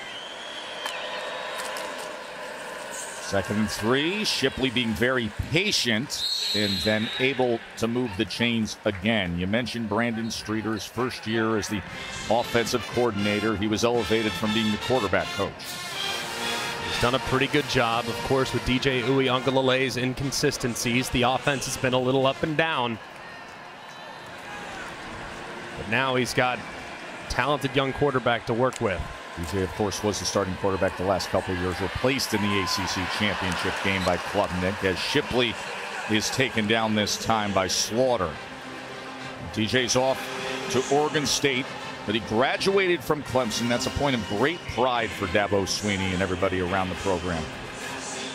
And DJ, for all the inconsistencies on the field, he was a bedrock personality and leader in the locker room, and I know everybody at Clemson will always love DJ Uiagalelei for everything he did there in South Carolina. 2nd and 8. Maffa, as he goes ahead for 3 yards. You know, Kate said that DJ opened his arms to him when he arrived. He was selfless, encouraging, willing to teach Klubnik as they pushed one another for the starting job. Klubnik said he thinks that's rare in the college game when an older guy, a direct competitor, takes a younger guy under his wing and is willing to help him. Kate said he's better for it, and he plans to return the favor for the next guy coming in. You had 2 quarterback rooms here with these 2 teams that have benefited from that. So we heard from Hendon Hooker earlier, detailing a relationship with Joe Milton. 3rd down and 5. Klubnik. Flag comes down as Klubnik just has to launch it away.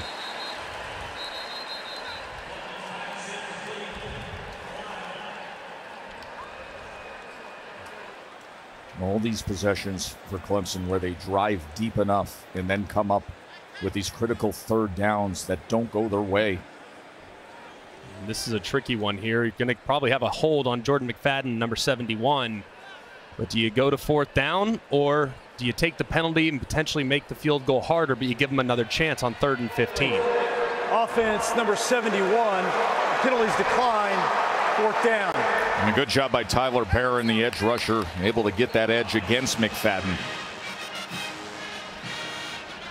For the most part, pretty good opening drive for Clemson. You could see the commitment to the run game. Clearly, it was a point of emphasis at halftime to say we got to get the running backs more involved. Shipley responded beautifully there, and Klubnik did a pretty good job. Now BT Potter's got to pay it off. This from 40. He had just made from 31 after such a rough start to the game.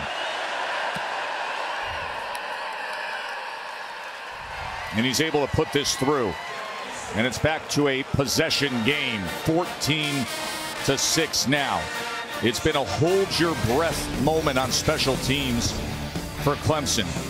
But BT Potter, the 5th-year senior, Dabo says, yes, that's how we want to start this second half. 14-6.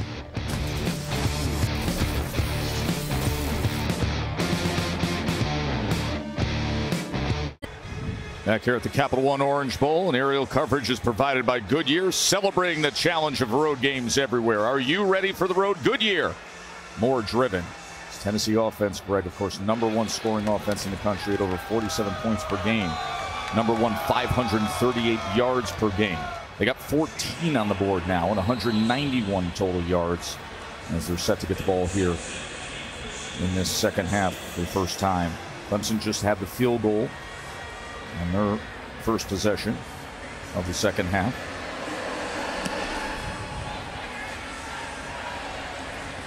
Sampson from the 1-yard line.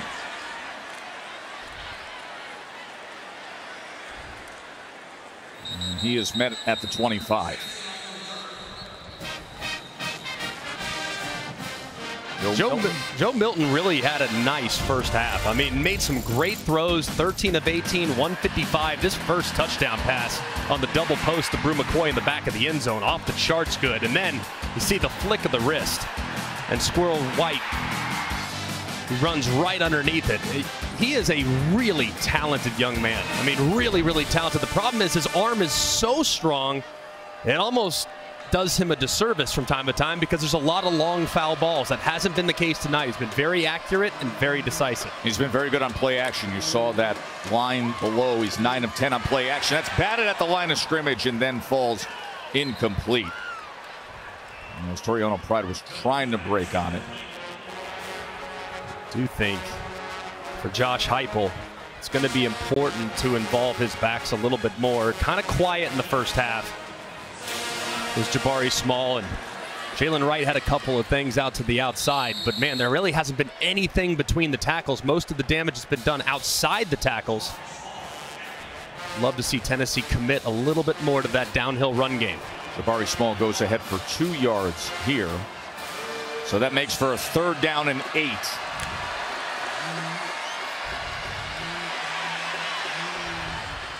And Milton incomplete, as he couldn't get it to Jacob Warren, who was just beyond the stick. You see Brian Brzee coming off the field with that defense doing their job again. Now this is really nice from Clemson's defensive front. You got 5 defensive linemen on 5 offensive linemen. It's called 5-0. So every single offensive lineman's on an island. So what does Clemson do? They do a bunch of twists and try to create picks amongst the offensive linemen to force the quarterback out of the pocket. That was nice design to get the offensive line in one-on-one blocking situations. It's going to be tough to hold up against those 5 pass rushers. Nearly got to Brooks. As Williams with the fair catch. 4th Tennessee 3 and out. Their 6th punt. Quick break and Clemson back. Only trailing by 8 now.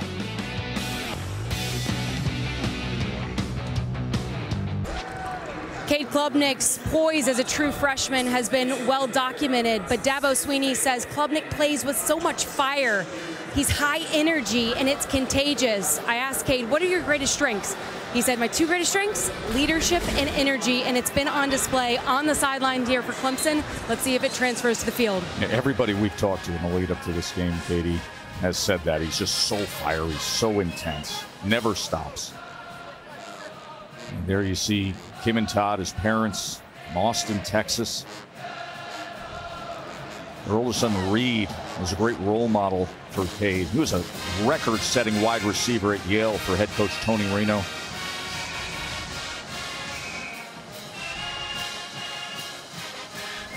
Young Cade Klubnik, true freshman.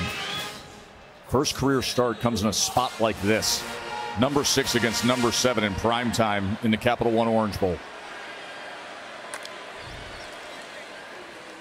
Shipley.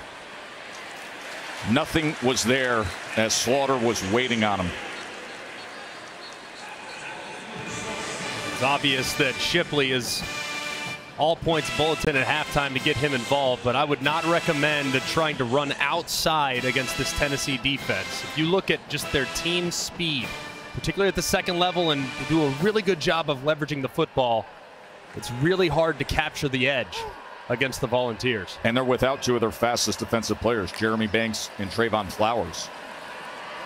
Here's Maffa on 2nd and 9, and once again that closing speed to the edge as they were able to pursue down the line. There's Joshua Joseph, the true freshman. He was an 82-inch wingspan. He was able to force out Maffa. 3rd down and 8. Let's see what Brandon Streeter dials up. I like the matchup that they can create in the slot with number 84, Davis Allen. He's got so much length. I'd be looking in this direction if I'm Cade Klubnik. 6'6" tight end playing in his last game for Clemson. 3rd down and 8. Does he look that way? Klubnik taken down from behind by Young.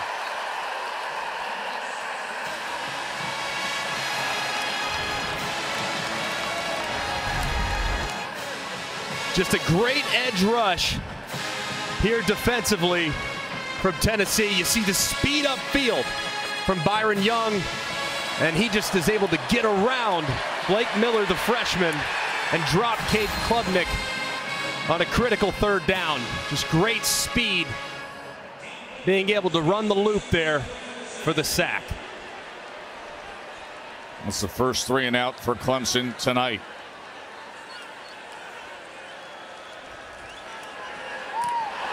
Came after Swanson. May have gotten a piece of it just based on the flight of that ball, but it takes a Clemson bounce. Does it ever?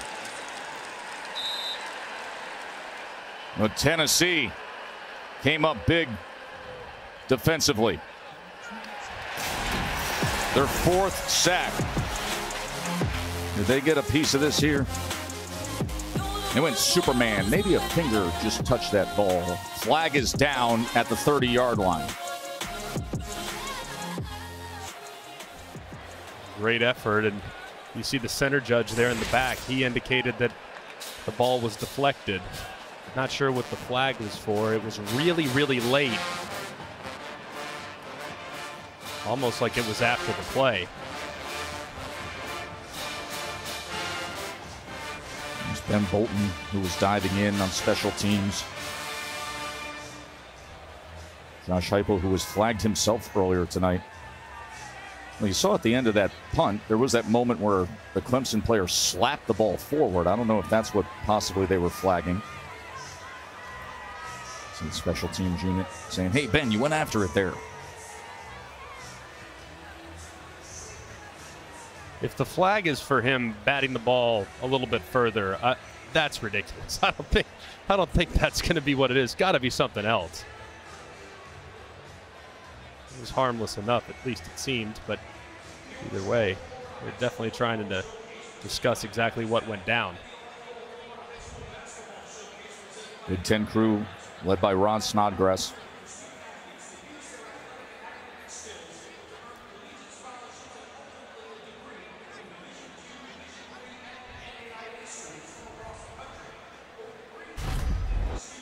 This is the end of the play.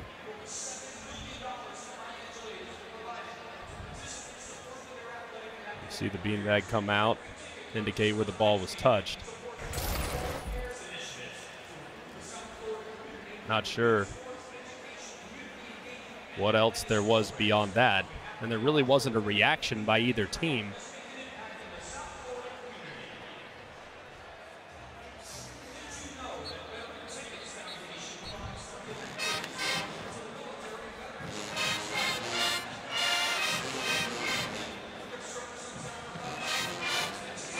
So this matchup of quarterbacks who weren't the starters for the season. Cade Klubnik, 211 yards, 19 of 13.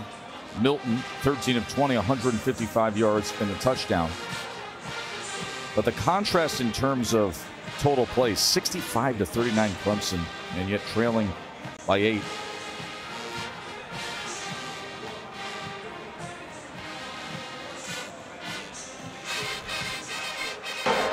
An illegal bat during the kick on the kicking team number 10. Spot of the illegal touching is the optimal spot, first down.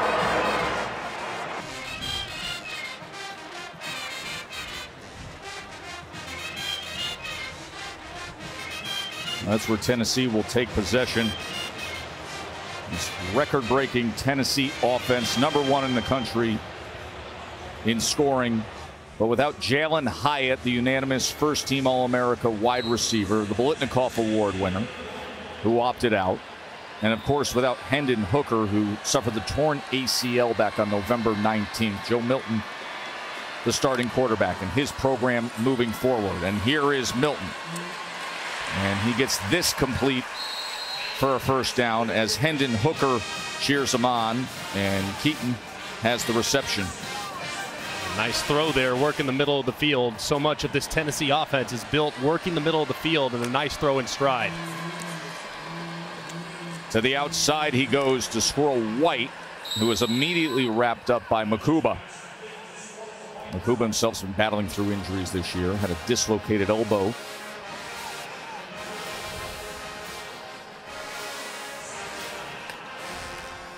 Second down, Milton with blockers in front, and Milton's going to take it for a first down on that quarterback run.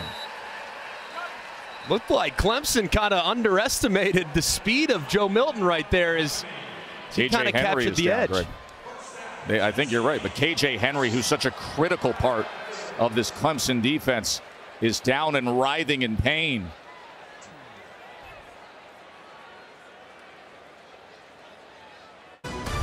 The Capital One Orange Bowl is brought to you by Gatorade. Head to Gatorade.com for exclusives to help you fuel your 2023 goals. And Taco Bell. Taco Bell is giving back to students all postseason long by giving them free tickets to the biggest bowl games of the year.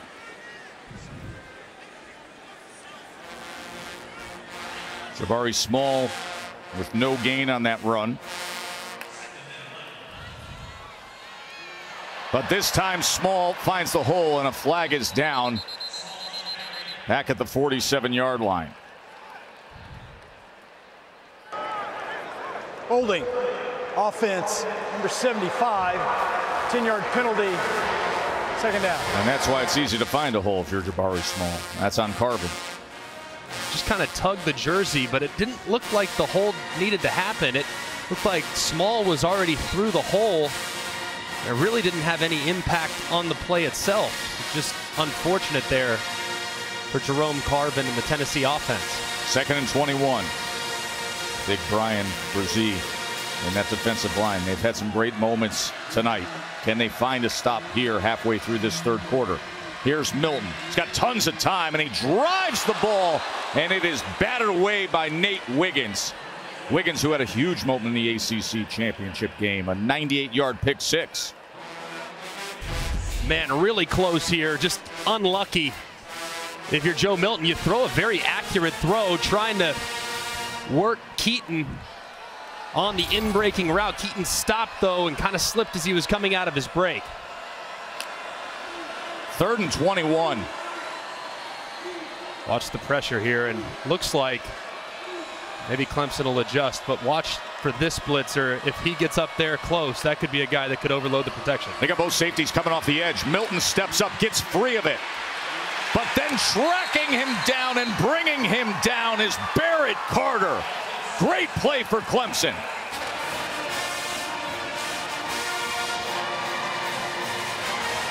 And that is the 4th sack of the night for the Tigers. And Milton just ran out of time. They went with a 7-man protection, anticipating pressure. But as soon as Milton left the pocket, it triggered the green dog, and they drop him for a loss. 7 punts now for Tennessee. Just under 6 minutes to go in the third. Clemson with the ball back when we return to South Florida.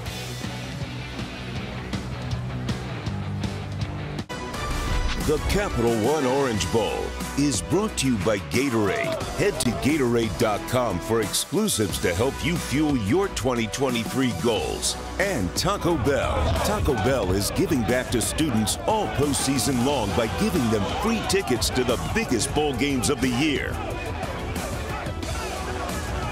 Think Tennessee's had a little fun coming to South Beach? No doubt about it, man. I remember we used to always say, leading up to bowl week, of course you want to win the game, but you want to win the week. Oh, yeah. So if there's a competition to be had, I don't care if it's a dance competition or if it's a fit competition, whatever it is, I want to win. I think if you approach it that way, man, you'll have some of the best trips of your life when you go to some of these bowl destinations.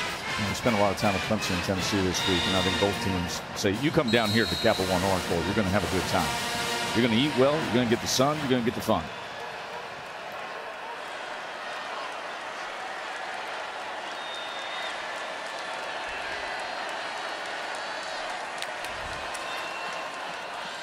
Shipley, as he gets it ahead for a gain of 8 yards. That, I think, is going to be the recipe, just kind of the downhill zone read by Shipley. Nothing around the edges. That's playing into Tennessee's strength. 2nd and 2. Klubnik keeps it and is able to move the chains.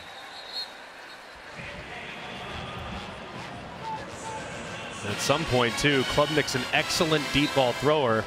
You go with that heavy ride, and then you turn it into a play action, and if you see if you can't catch those safeties sleeping with their eyes in the backfield and throw it over their head. This is Shipley again. Shipley, who, by the way, a 4.0 GPA and was named Academic All-American.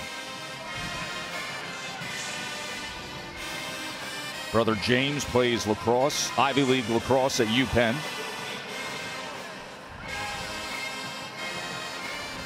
Second and 5. There's that ride, there's that pull, but he's looking to run it to the outside. And just for a moment, he got past McCullough before he was tied up. It looks like Tennessee defender a little slow to get up. That's Walker. But he's okay. 3rd and 2 for Clemson and the true freshman quarterback. Luke Price in the game, number 40. Heavy package from Clemson here in short yardage.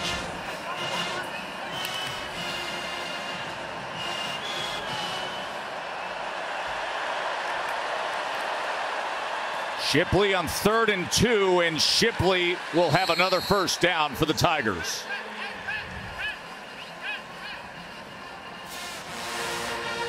Now this would be the down right here. Fresh set, approaching the 50-yard line.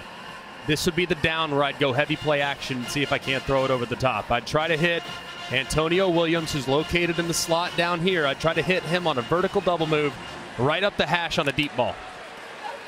Klubnik goes to the other side and is able to come back to Brenningstool. And Brenningstool with blockers in front, and a good play for another first down. And now Clemson's in business again.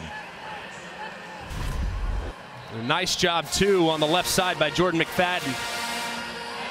He gets a piece of the defender, which allowed Brenningstool to get up inside and make a nice run after catch. Right guard Walker Parks down there as well. And now they go back to him. They have versatile tight ends with Brenningstool and Davis Allen. 4 yards there.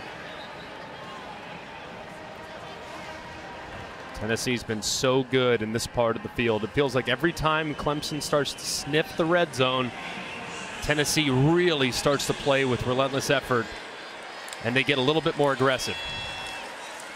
Shipley trying to probe for something, doesn't find anything as Beasley makes the tackle. But Shipley's being more patient this year. Dabo said to us the other day, listen, he's all effort, but he has slowed down to actually get faster. He's more patient to set up the blocks this year. It certainly seems that way, and he might get another chance at it here. I think this is 4-down territory for the Clemson Tigers.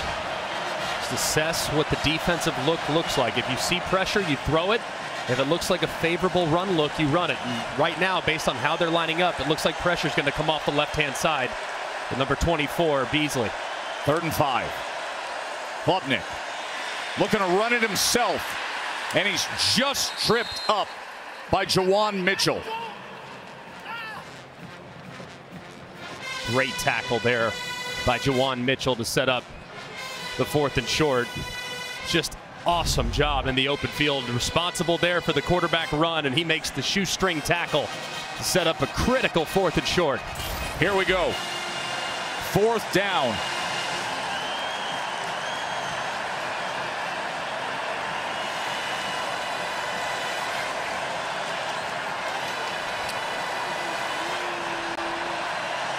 Fourth and 2. Shipley in the backfield with Klubnik.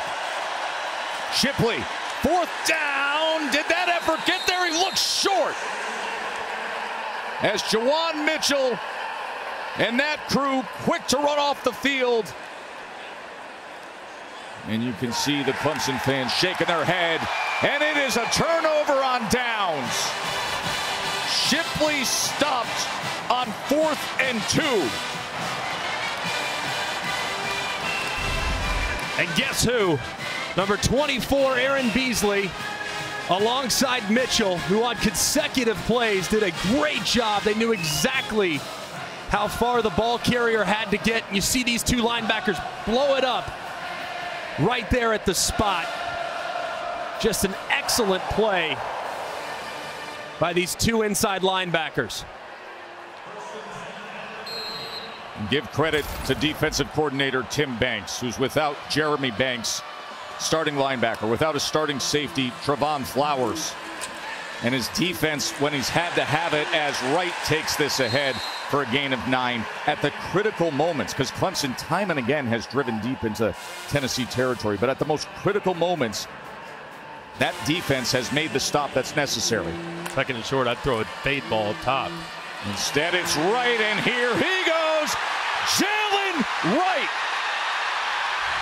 inside the 20. R.J. Mickens had to wait on him. A 42-yard run. And how quickly things change. A turnover on downs on 4th down, an explosive play going the other way. And right now lowers the shoulders inside the 15. What a momentum swing. And you're going to see pressure over here, and then look at these blockers to the right. Just a thing of beauty. There's no one accounting for the gap between the right guard and the right tackle, and that's exactly where Wright hit it for a big play. Remember last year in the bowl game, he was the running back, Jalen Wright, who the officials said his forward progress was stopped when it seemingly was an overtime touchdown. Now he comes up big here in the closing seconds of this 3rd quarter. 2nd and 5. Milton pumps now to the end zone, and it's a touchdown. Rocky Top. Squirrel White.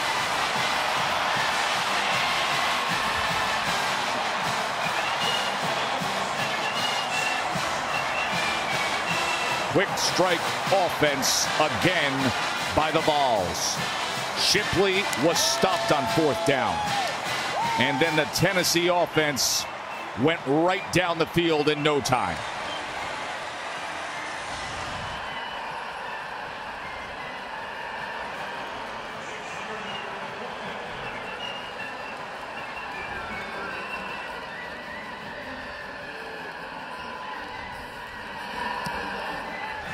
As McGrath puts it through. It only took a minute 22, Greg, for Tennessee to do that. And this is all manipulating a defender by Joe Milton. It's a thing of beauty. Watch, his eyes are going to be to the right, and they're going to scan all the way back to the left. And as a result, you're going to have that safety vacate the middle of the field, and that's exactly where he throws it. Look at the safety run to the left, and he throws it right in behind his ear. That's a great job there by Joe Milton, making sure he moves that defender, R.J. Mickens, and he throws a strike in the back of the end zone. You see the pump fake as well. That's just defender manipulation.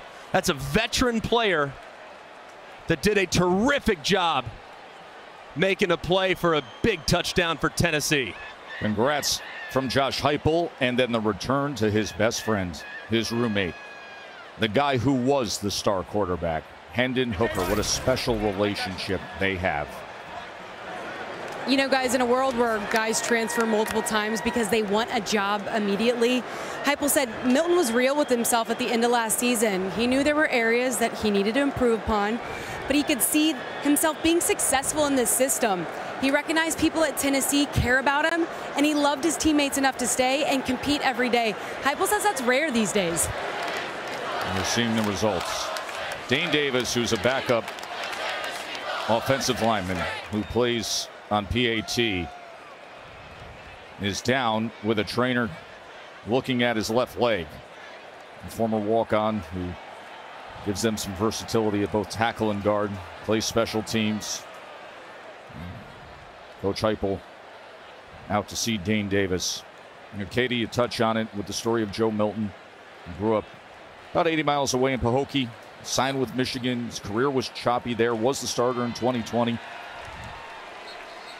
Earned his degree at Michigan, but then came to Tennessee with 3 years of eligibility left. And now here he is, where he's handed the keys, Greg, to really this Ferrari of an offense And everybody says the same thing about Joe Milton. You've been touching on it tonight.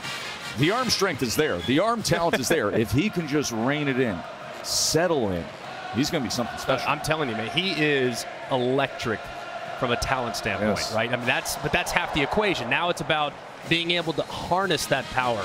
I mean, having raw horsepower is great, no doubt about it. And NFL scouts all over the place will salivate at the idea of bringing him into their organization. And if there's one thing we've learned, think about how many guys you get an offense that is so quarterback friendly like you're going to see here. 1 year in this offense, and you could skyrocket all the way up to the top of the draft. I mean, look at Cam Newton 12 years ago. It can be done in 1 year now more than ever before. Here's Shipley on the return. And it's a good one out to the 30-yard line. And that'll cap the third quarter. A third quarter where it looked like Clemson was in position to potentially tie it. Instead, Milton and the Vols come right down the field after the defense did their job. 21-6, Tennessee. Glad you're with us here from South Florida watching the Capital One Orange Bowl. Joe Tessitore, Greg McElroy, Katie George. As Tennessee has a 21-6 lead, and you have a great few days of football ahead of you. Tomorrow's the college football playoff semifinals at 4 and 8. Monday at 5 o'clock, it's the Rose Bowl game presented by Prudential. Penn State, Utah. Monday Night Football is the Bills and the Bengals. You and I are going to be on a plane to Atlanta tomorrow to take part and help with the coverage. National radio call of Ohio State and Georgia. Georgia again in Atlanta, Greg. This is going to be game number 3 in Atlanta for the #1 team in the country. Klubnik, quick out, goes to Ngata. Of course, they won the SEC championship over LSU with 50 points and 549 yards of offense in that building.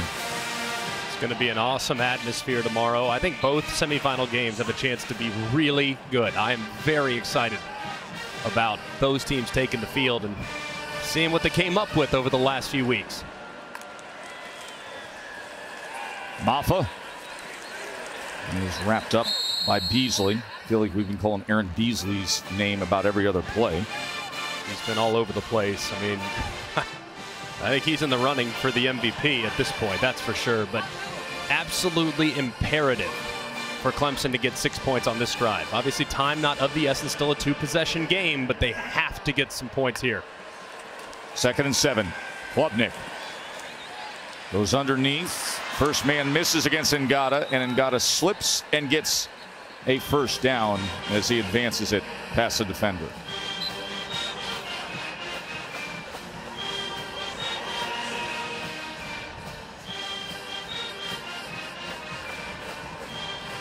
Klubnik's 23 of 37, 249 yards.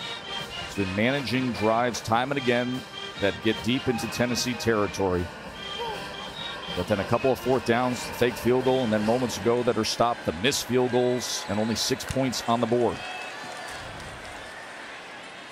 Play action, and he's able to connect with Cole Turner, who's a good-looking freshman receiver. A nice throw there, too, from the opposite hash all the way to the field on a speed out. He put the perfect trajectory on it, too, because Danico Slaughter, if that ball's thrown on a line drive, he's picking it off and taking it to the house. But he threw it up and over the defender and dropped it in for a nice completion. 12 yards to Turner. Another first down for Clemson. At some point, a shot play has to come. Formation to the boundary. This could be a spot for it. Here's the play action. Does he have time to wind it up? No, he's going to tuck and run. And couldn't keep his balance as he is down at the 34-yard line. They tried to dial up that shot play there with a double move to Cole Turner on a little stutter go to the left. Plays in opponent's territory. Greg, the disparity, 46-12. 46-12, Clemson. Unbelievable. And yet 2 field goals to show for it.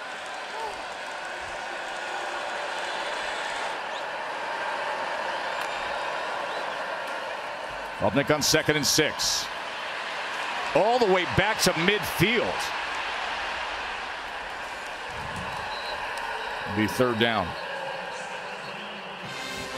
And this right here, Klubnik is working against a 3-man rush. Only 3 Tennessee defenders are applying pressure and yet he's just dropping way too deep. The pocket's good. There's no reason to go anywhere. Look, it's hanging. There's nothing there, nothing there. Just step up, as opposed to running to your right-hand side like most right-handed passers have a tendency to do, and then you're just running basically into trouble. The pocket was true. Stay in there and see if you can't negotiate a defender. And if you have to throw, and if you have to run vertical.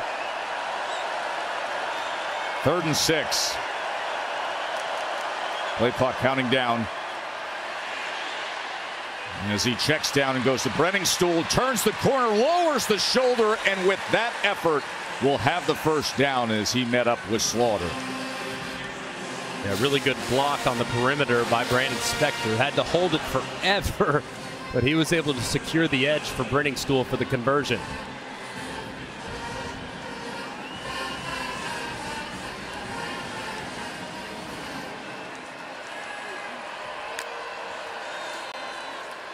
Shipley. He's able to get it just inside the 20-yard line. Under 12 minutes to play, trailing by 15.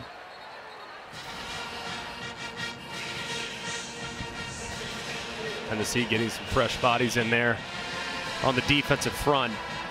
Done a really good job in this part of the field applying pressure. See if they heat him up again.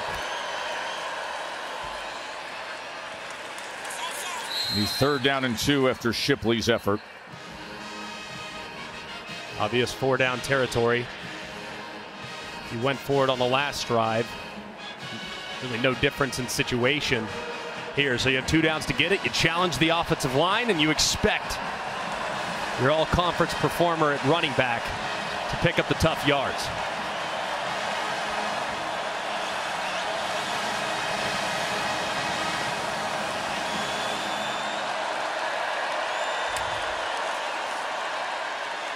Shipley gets it and more. 1st and goal, Clemson.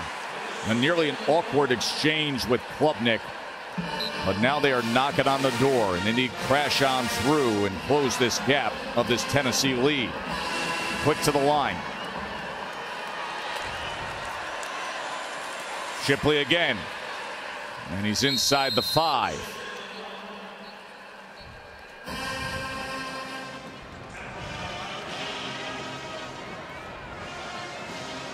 The time of possession just being dominated here by the Clemson Tigers, starting to take its toll a little bit. This is the 87th offensive snap for Clemson in the ball game, and fatigue is certainly starting to become a factor for that Tennessee defensive front that has played so beautifully tonight. 2nd and goal.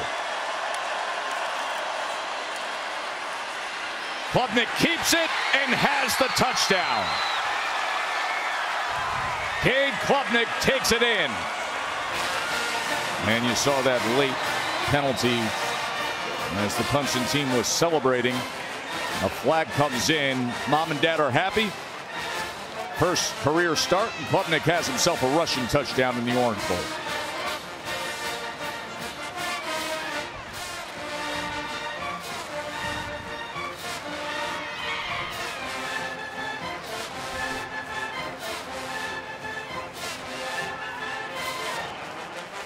Going to be against Tennessee.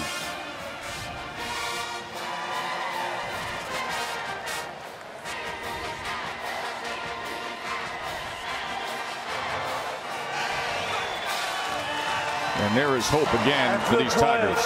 Sportsmanlike conduct, defense number 5. Penalty being forced on the half the distance to the goal.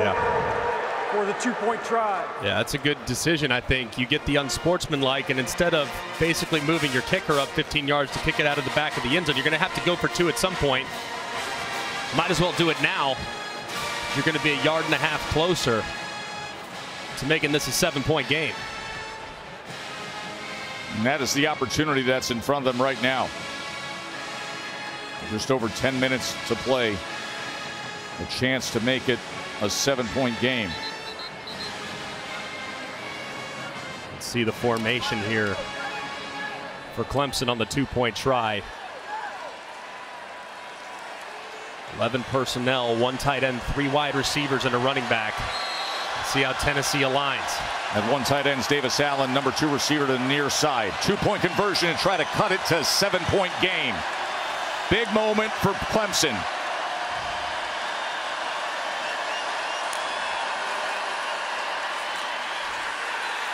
And he's in. Will Shipley takes it in for the 2-point conversion, and Clemson cuts it to 7.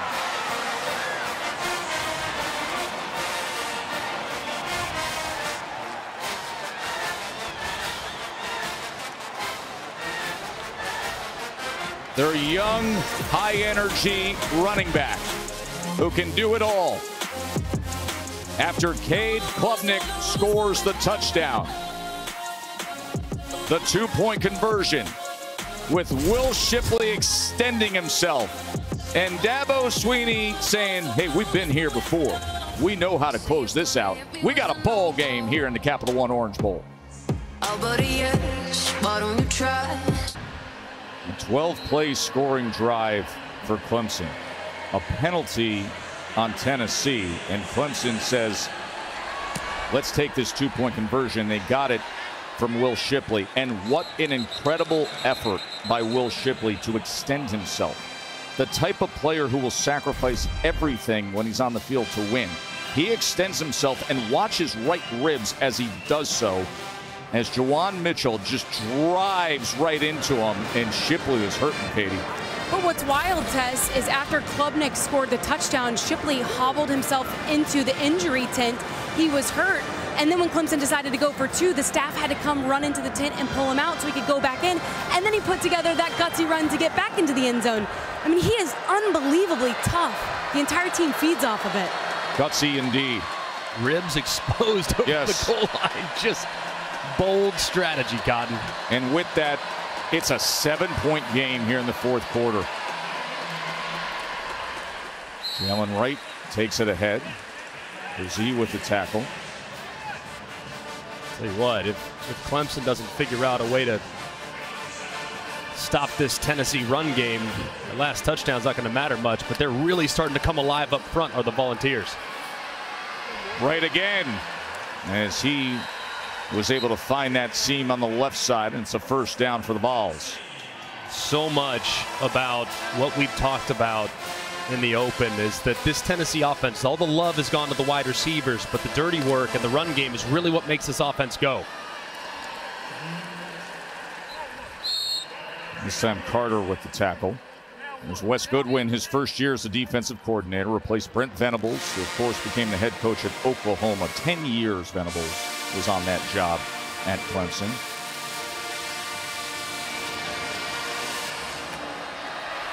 Second and 8. Milton play action. Flick of the wrist downfield like it's nothing, but this time it's incomplete beyond Brew McCoy. Man, one of the few times that Milton's been off the mark tonight. That one, Brew McCoy was really working to the middle of the field, and Milton kind of threw him over the top on a little bit of a line drive. If he would have just thrown it with some air and allowed Brew McCoy, you see him adjust late, just not on the same page with the angle of the route. And now a 3rd and 8. Can Clemson's defense get off the field here?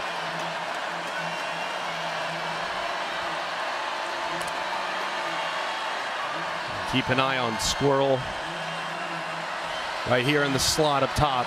He's got a nice matchup with a lot of cushion and green grass in front of him. He had the touchdown to close out the 3rd quarter. 3rd down and 8. Milton drives the ball for a first down to Ramel Keaton as he goes beyond midfield. Man, great timing on this throw. There's a defender right there in the middle of the field. And because Milton throws it with great timing, there's no one there for Makuba to block it down. Milton gonna take a shot wide open, and just strutting in is Keaton. Joe Milton does it again.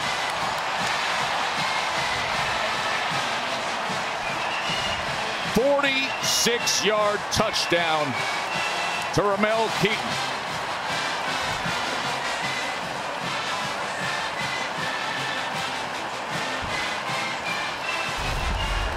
What an answer by the Tennessee offense.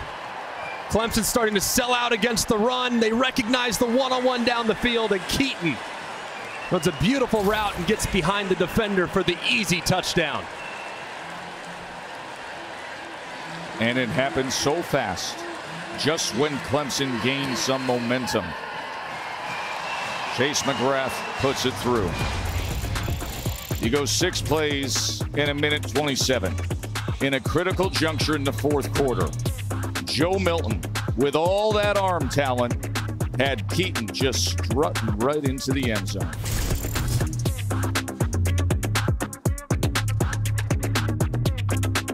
The Capital One Orange Bowl is brought to you by Capital One. What's in your wallet? AT&T 5G. Too much college football is never too much. And Allstate, reminding you that football season is mayhem. Squirrel White had the touchdown. That was earlier in the second half. Joe Milton, he's got something to celebrate after that last strike. And this guy, you know, is happy about that. Peyton Manning. Peyton said to me yesterday, he goes, Milton's got a legit arm. He said, I mean, big time arm. And Peyton is all smiles right now. He's got his family with him here in South Florida to enjoy the resurgence of his Vols. And Joe Milton, who will be the starting quarterback next year, even though they've got the young superstar, Nico Iamaleava, coming in, the 5-star early enrollee who's been practicing with the team. He comes in from California, but Milton is the man, and you are seeing a glimpse of what the future is for Tennessee here tonight in this Orange Bowl. He is awesome, man. I am so enjoying how he's playing right now. He's going to pop this up, and fair catch at about the 30-yard line. And we remind you, of course, you know what's coming your way tomorrow, but it continues Monday at 1 o'clock on ESPN. The Goodyear Cotton Bowl Classic is Tulane and USC, and then it's the Rose Bowl game presented by Prudential. Number 11, Penn State. Number 8, Utah. What are we in store for with Penn State and Utah, G-Mac? Oh, I'm so excited for it. One, I just love watching Utah. I think they're so physical and just so fun to watch. I love Cam Rising. He's just such a grinder, such a good player. And then, obviously, I mean, what are we going to get from Penn State? I mean, 10-2 this year, great year. 2 losses come to 2 teams in the playoff. Right. I mean, that's a pretty good resume. Klubnik, how does he respond? Trying to get it to Davis Allen, but just beyond that effort from the senior tight end.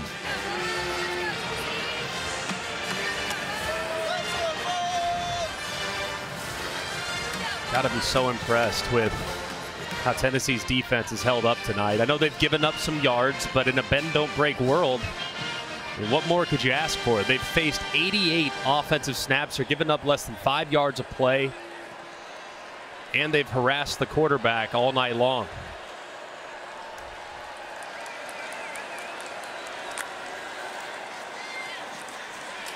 Klubnik pressured again. He was able to get it to Ngata. It'll be 3rd and about 8.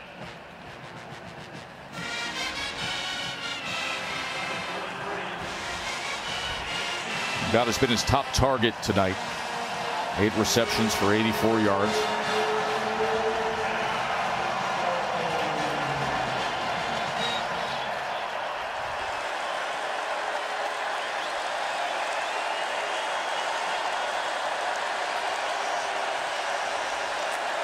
Third and 8 for the true freshman quarterback. He wants more than 8, but he doesn't get it, as he was looking for Cole Turner, who was covered by Danica Slaughter.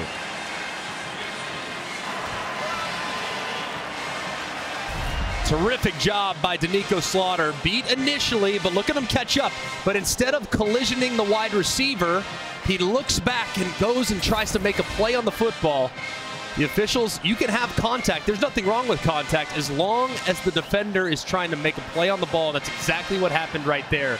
Just perfect execution as Clemson's going to leave their offense on the field. From their own 33-yard line, a 4th down and 8 with just under 8 minutes to play. Watch pressure, empty look. Keep an eye on 24.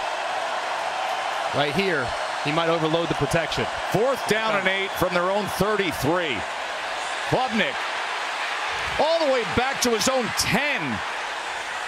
throws it up for grabs, and it is intercepted by the Vols.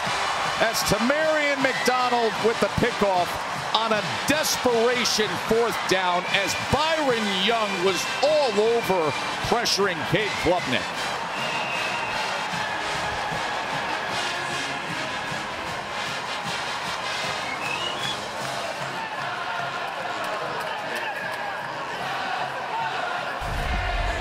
Great job by Tim Banks, the defensive coordinator, dialing up another pressure. Every time Clemson's got into empty, they've had a look where they've freed up Aaron Beasley. Clemson made a good adjustment, but Beasley was so athletic and was basically unblocked as Klubnik ran way too deep and had to throw a jump ball that was reeled in by the Volunteers. The only unfortunate thing, you love the interception, but you cost yourself a little bit of field position. If you knock it down, you get it obviously in a better spot. But either way, a great play defensively by the Volunteers. Small run it for just barely getting back to the line of scrimmage. You see that coaching staff of Clemson on the other one side, Tennessee celebrating on the other. Dabo Swinney over to his freshman quarterback. And I'll go back to what Dabo told us yesterday, Greg, where he said, hey, you got to understand with Cade Klubnik, this is not going to define his college football career, what happens in this Orange Bowl. Small tackled for a loss. And you have seen those moments where Swinney has decided, all right, listen, going to hold his hand a little bit, going to coach him up a little bit, going to embrace it. Happened just before halftime, happens here on that 4th down. Under 7 minutes to play. A timeout, Clemson trailing by 14.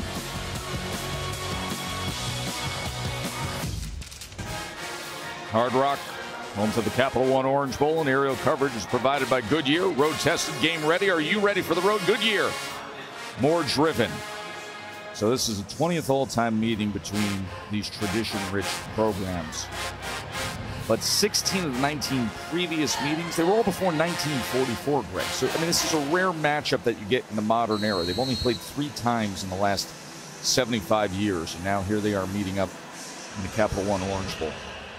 Tennessee with a 28-14 lead. Jabari Small takes it to the 46. They are getting set. All the oranges are coming out of the baskets. One of the most distinct trophies in American sports will be filled up with those oranges.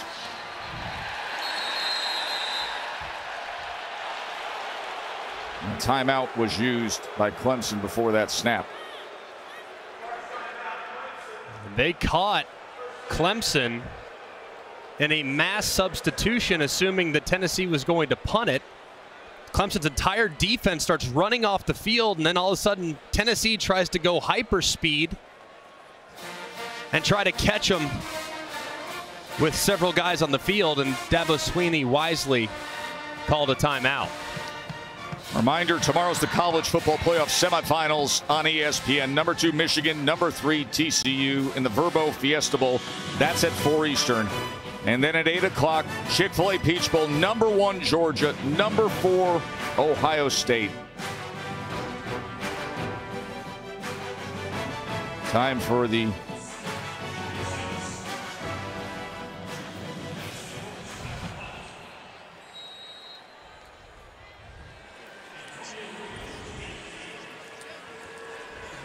Brooks punting away.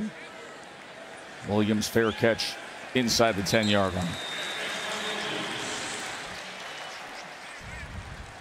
AT&T countdown to the college football playoff national championship as we get set tomorrow for Ohio State and Georgia from Atlanta, Greg.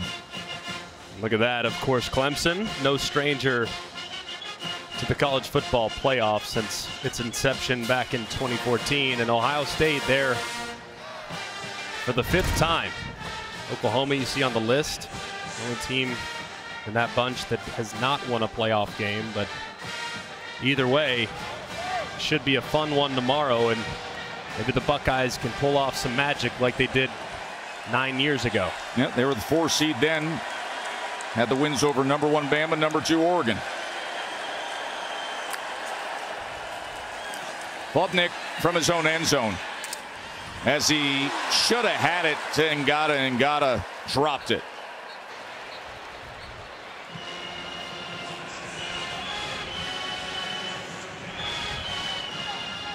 You look down at these stats for Clemson and you shake your head and say, how?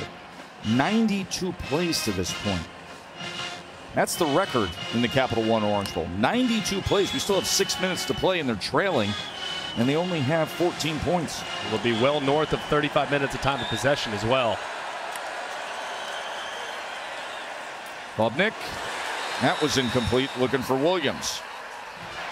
Of course, with Tennessee, things happen so quickly. Time of possession doesn't often come into the conversation for them. They had the 3 quick strike scores here in the second half. Got to be impressed with how Tennessee's defense is held up, though, for the most part. I mean, that's a lot of snap exposure, and they're still coming after the quarterback just as hard as they did in the first quarter.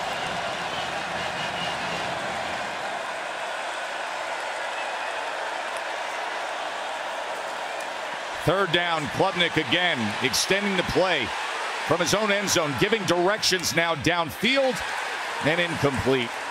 He was trying to position it for Cole Turner on the sideline.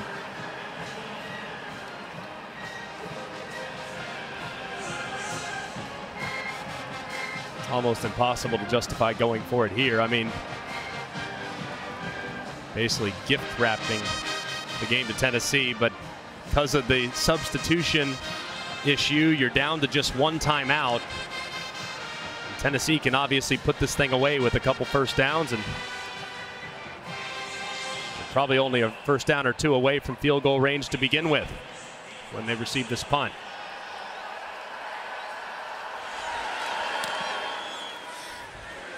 It's an umbrella knuckler for D. Williams to field at the 47.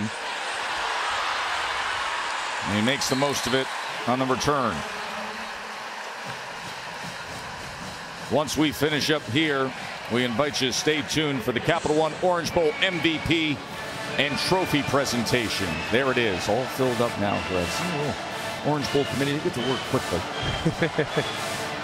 Very neat. MVP is an interesting discussion because obviously the moments Joe Milton's had will catch eyes, 3 touchdown passes, but defensively, what Aaron Beasley's been able to do in this game, the linebacker for Tennessee, has been something special. Beasley would be my vote for the MVP. I mean, and think about who he's in place for, too. I mean, Jeremy Banks not available, opting out. Beasley has had himself a night. I mean, 9 tackles, 4 tackles for loss, a couple sacks, pass breakup, and constant quarterback pressure. I mean, he's been as disruptive as anybody on that field for the Clemson Tigers.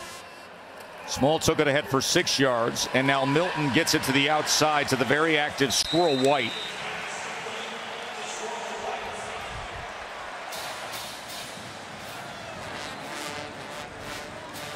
No Cedric Tillman, no Jalen Hyatt, Jimmy Callaway and Jimmy Holiday transferred out, so they were thinned out at receiver. But Squirrel White, Drew McCoy, and Joe Milton, and this offense, they've stayed the course with the system that they know how to play. And a veteran quarterback who you can see him just embracing this opportunity. We've also had some guys really step up at wide receiver. Ramel Keaton as well.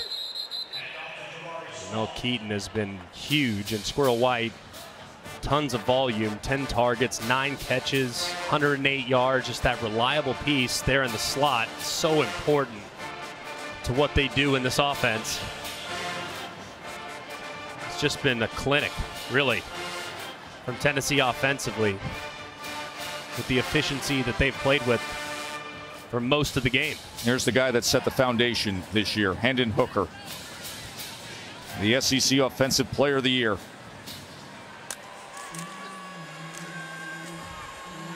Milton was brought down after going ahead for just a yard by KJ Henry.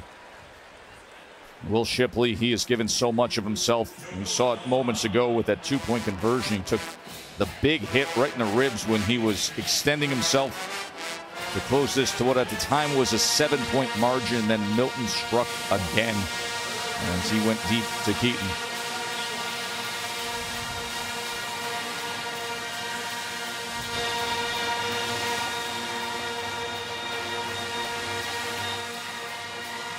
And obviously put the game on ice with a field goal, but you got to wonder, they try to go for the jugular here. 3rd and 9. Trying to extend and get to it was Milton, but he will be short as Jeremiah Trotter was able to make the tackle. There is Trotter, 2nd-team All-American. And timeout used by Clemson. We'll take a short break. Tennessee looks to put this away.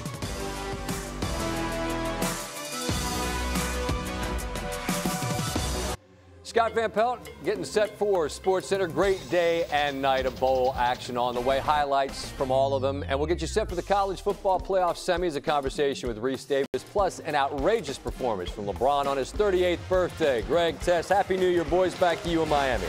Scotty, Happy New Year to you and everybody out there. Look forward to hearing that.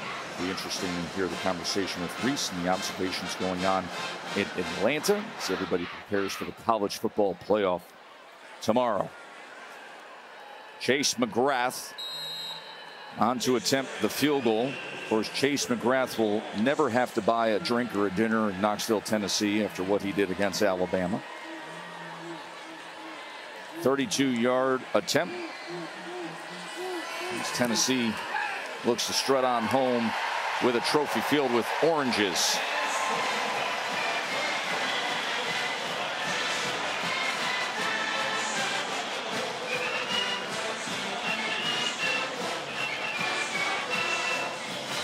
Reminder that after the game, stay tuned for the Ram Trucks post-game on ESPN.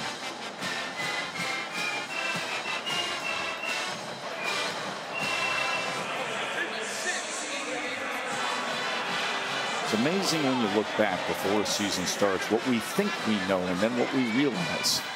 Think about some of the things people were saying about Tennessee this summer. Yeah, you know, a trendy pick, a team that's got some upside. Right. How about a team that beats Alabama, that rises up to the #1 team in the country, and that goes on to do this in an Orange Bowl against the ACC champs? It's been an amazing year. I mean, it really has. And I remember in the offseason, we kind of pointed to them at media day saying, hey, you know what? They kind of feel a little bit like Ole Miss in 2021. Like, if they could just improve a little bit on defense, look out, Tennessee could be a major problem. Well, they did that. And now they're just a couple minutes away from an Orange Bowl championship in their first 11-win season in 2 decades. Of course, Josh Heupel, year #2 at Tennessee. But you think about Josh Heupel and you think about this place. How about going back to the BCS National Championship, the 2001 Orange Bowl, and when he was the star quarterback for Oklahoma, leading the Sooners to the national championship with that win against Florida State. Yeah, I remember it vividly. Probably the first national championship where I can almost remember just about every play. And, you know, what a player he was, and obviously the system that he's brought to Knoxville has just been so much fun to cover and watch, and it just feels like they're just getting started with all the great things that are coming their way. Cade Klubnik's going to have a bright future ahead of him. Now, this was quite the challenge tonight. Tim Banks and his defense, they've been bringing it after him.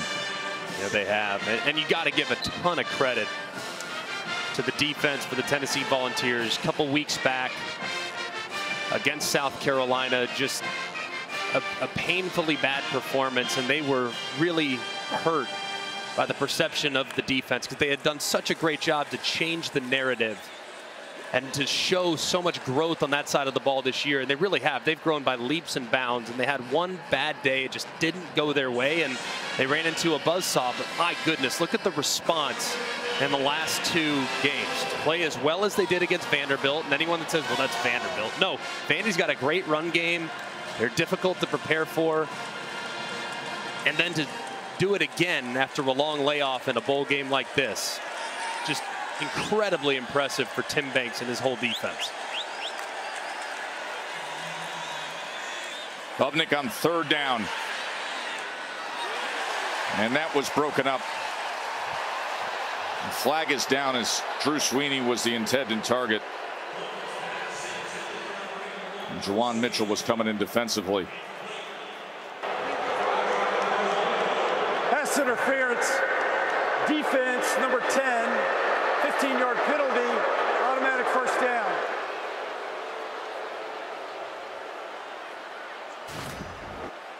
Let's take a peek at it. Yeah, as you can see, it does look like Juwan Mitchell, as he was trying to break it up, arrived just a little bit early. Yeah, as you can see, that left arm wrapping around the intended wide receiver, Drew Sweeney. And that was a good call by the official. You see Ngata a little banged up on the play as well. He's had the ball thrown him 11 times tonight. 8 catches for 84 yards. He's been dealing with injuries throughout his career. Ngata still has that extra COVID exempt year, could return next year.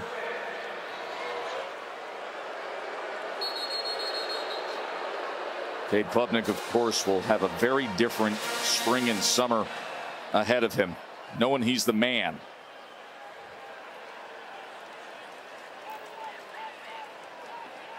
It's so hard to play at an insanely consistently high level as a true freshman. I mean, guys like Trevor Lawrence ruin it for everybody. I mean, they really do. I mean, those guys are generational, and Klubnik's going to be a really good player, but you can see at this point of his career, just has a little bit of growing up to do. The talent is there. Like that, where he hits Adam Randall when he had a defensive lineman right on top of him.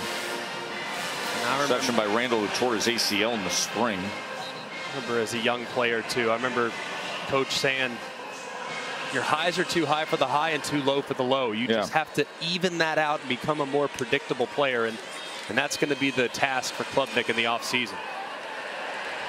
This floats up there and falls incomplete. It was nearly intercepted by Wesley Walker.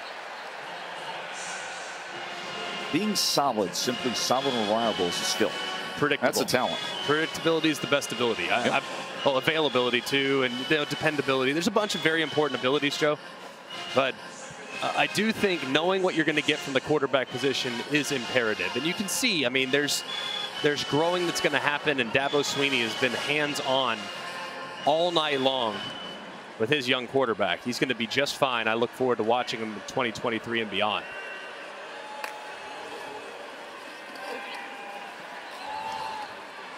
Good job finding that pocket between the corner and the safety as he hits Davis Allen.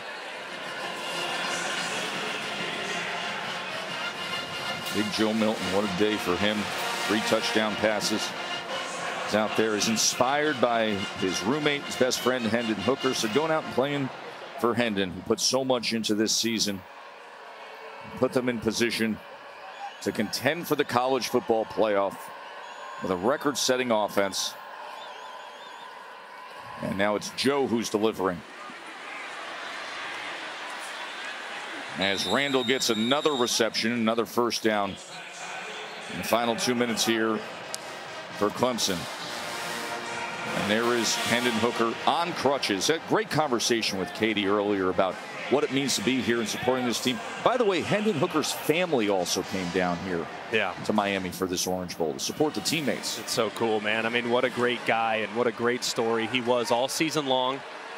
And we look forward to following his draft process and be a fan of his wherever he ends up. Klubnik to the end zone, and that ball is intercepted by Wesley Walker. An interception by Walker on what was Clemson's 100th play run.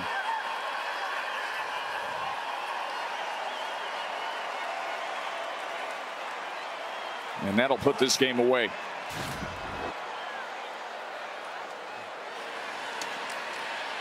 Just kind of throws it up for grabs, a bit of a prayer. How about Walker having the wherewithal to, no, I'm not going to do it. Wanted to take it back. but resisted the urge to leave the end zone. And now when his offense is on the field, won't have to take a knee at the 1-yard line. So good decision there from the defender.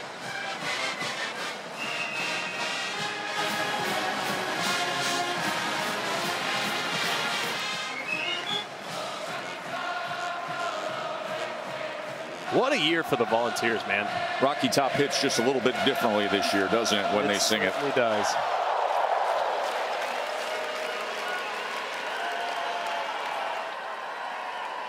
It's great to have Tennessee back, man. Their fans are rabid.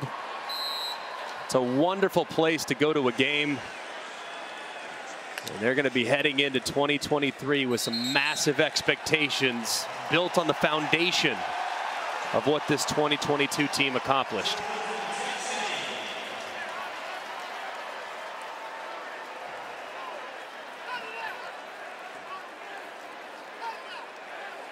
Josh Heupel, year number 2 at Tennessee, and this is now the reward they get. The 44-year-old who now will have 6 wins over ranked opponents in just 2 seasons.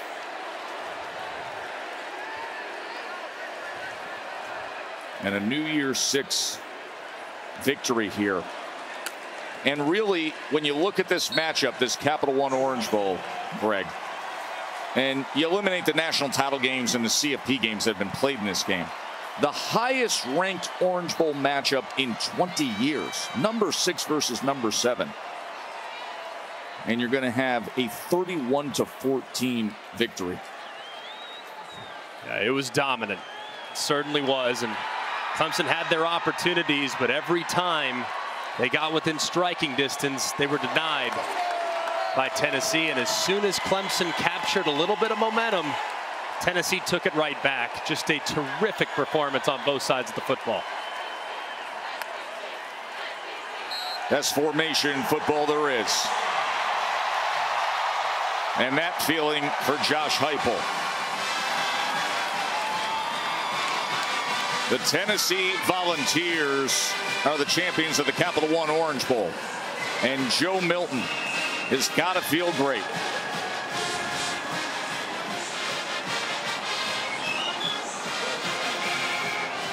(31-14).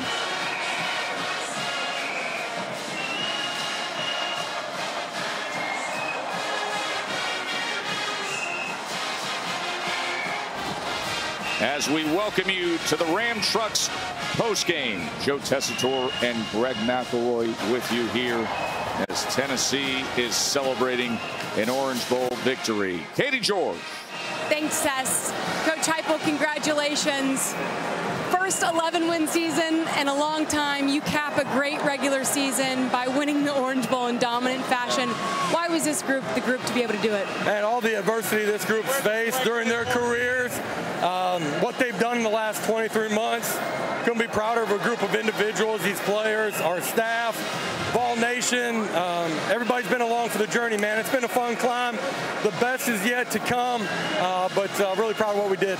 You're largely here tonight because of Hendon Hooker, but Joe Milton has stayed patient.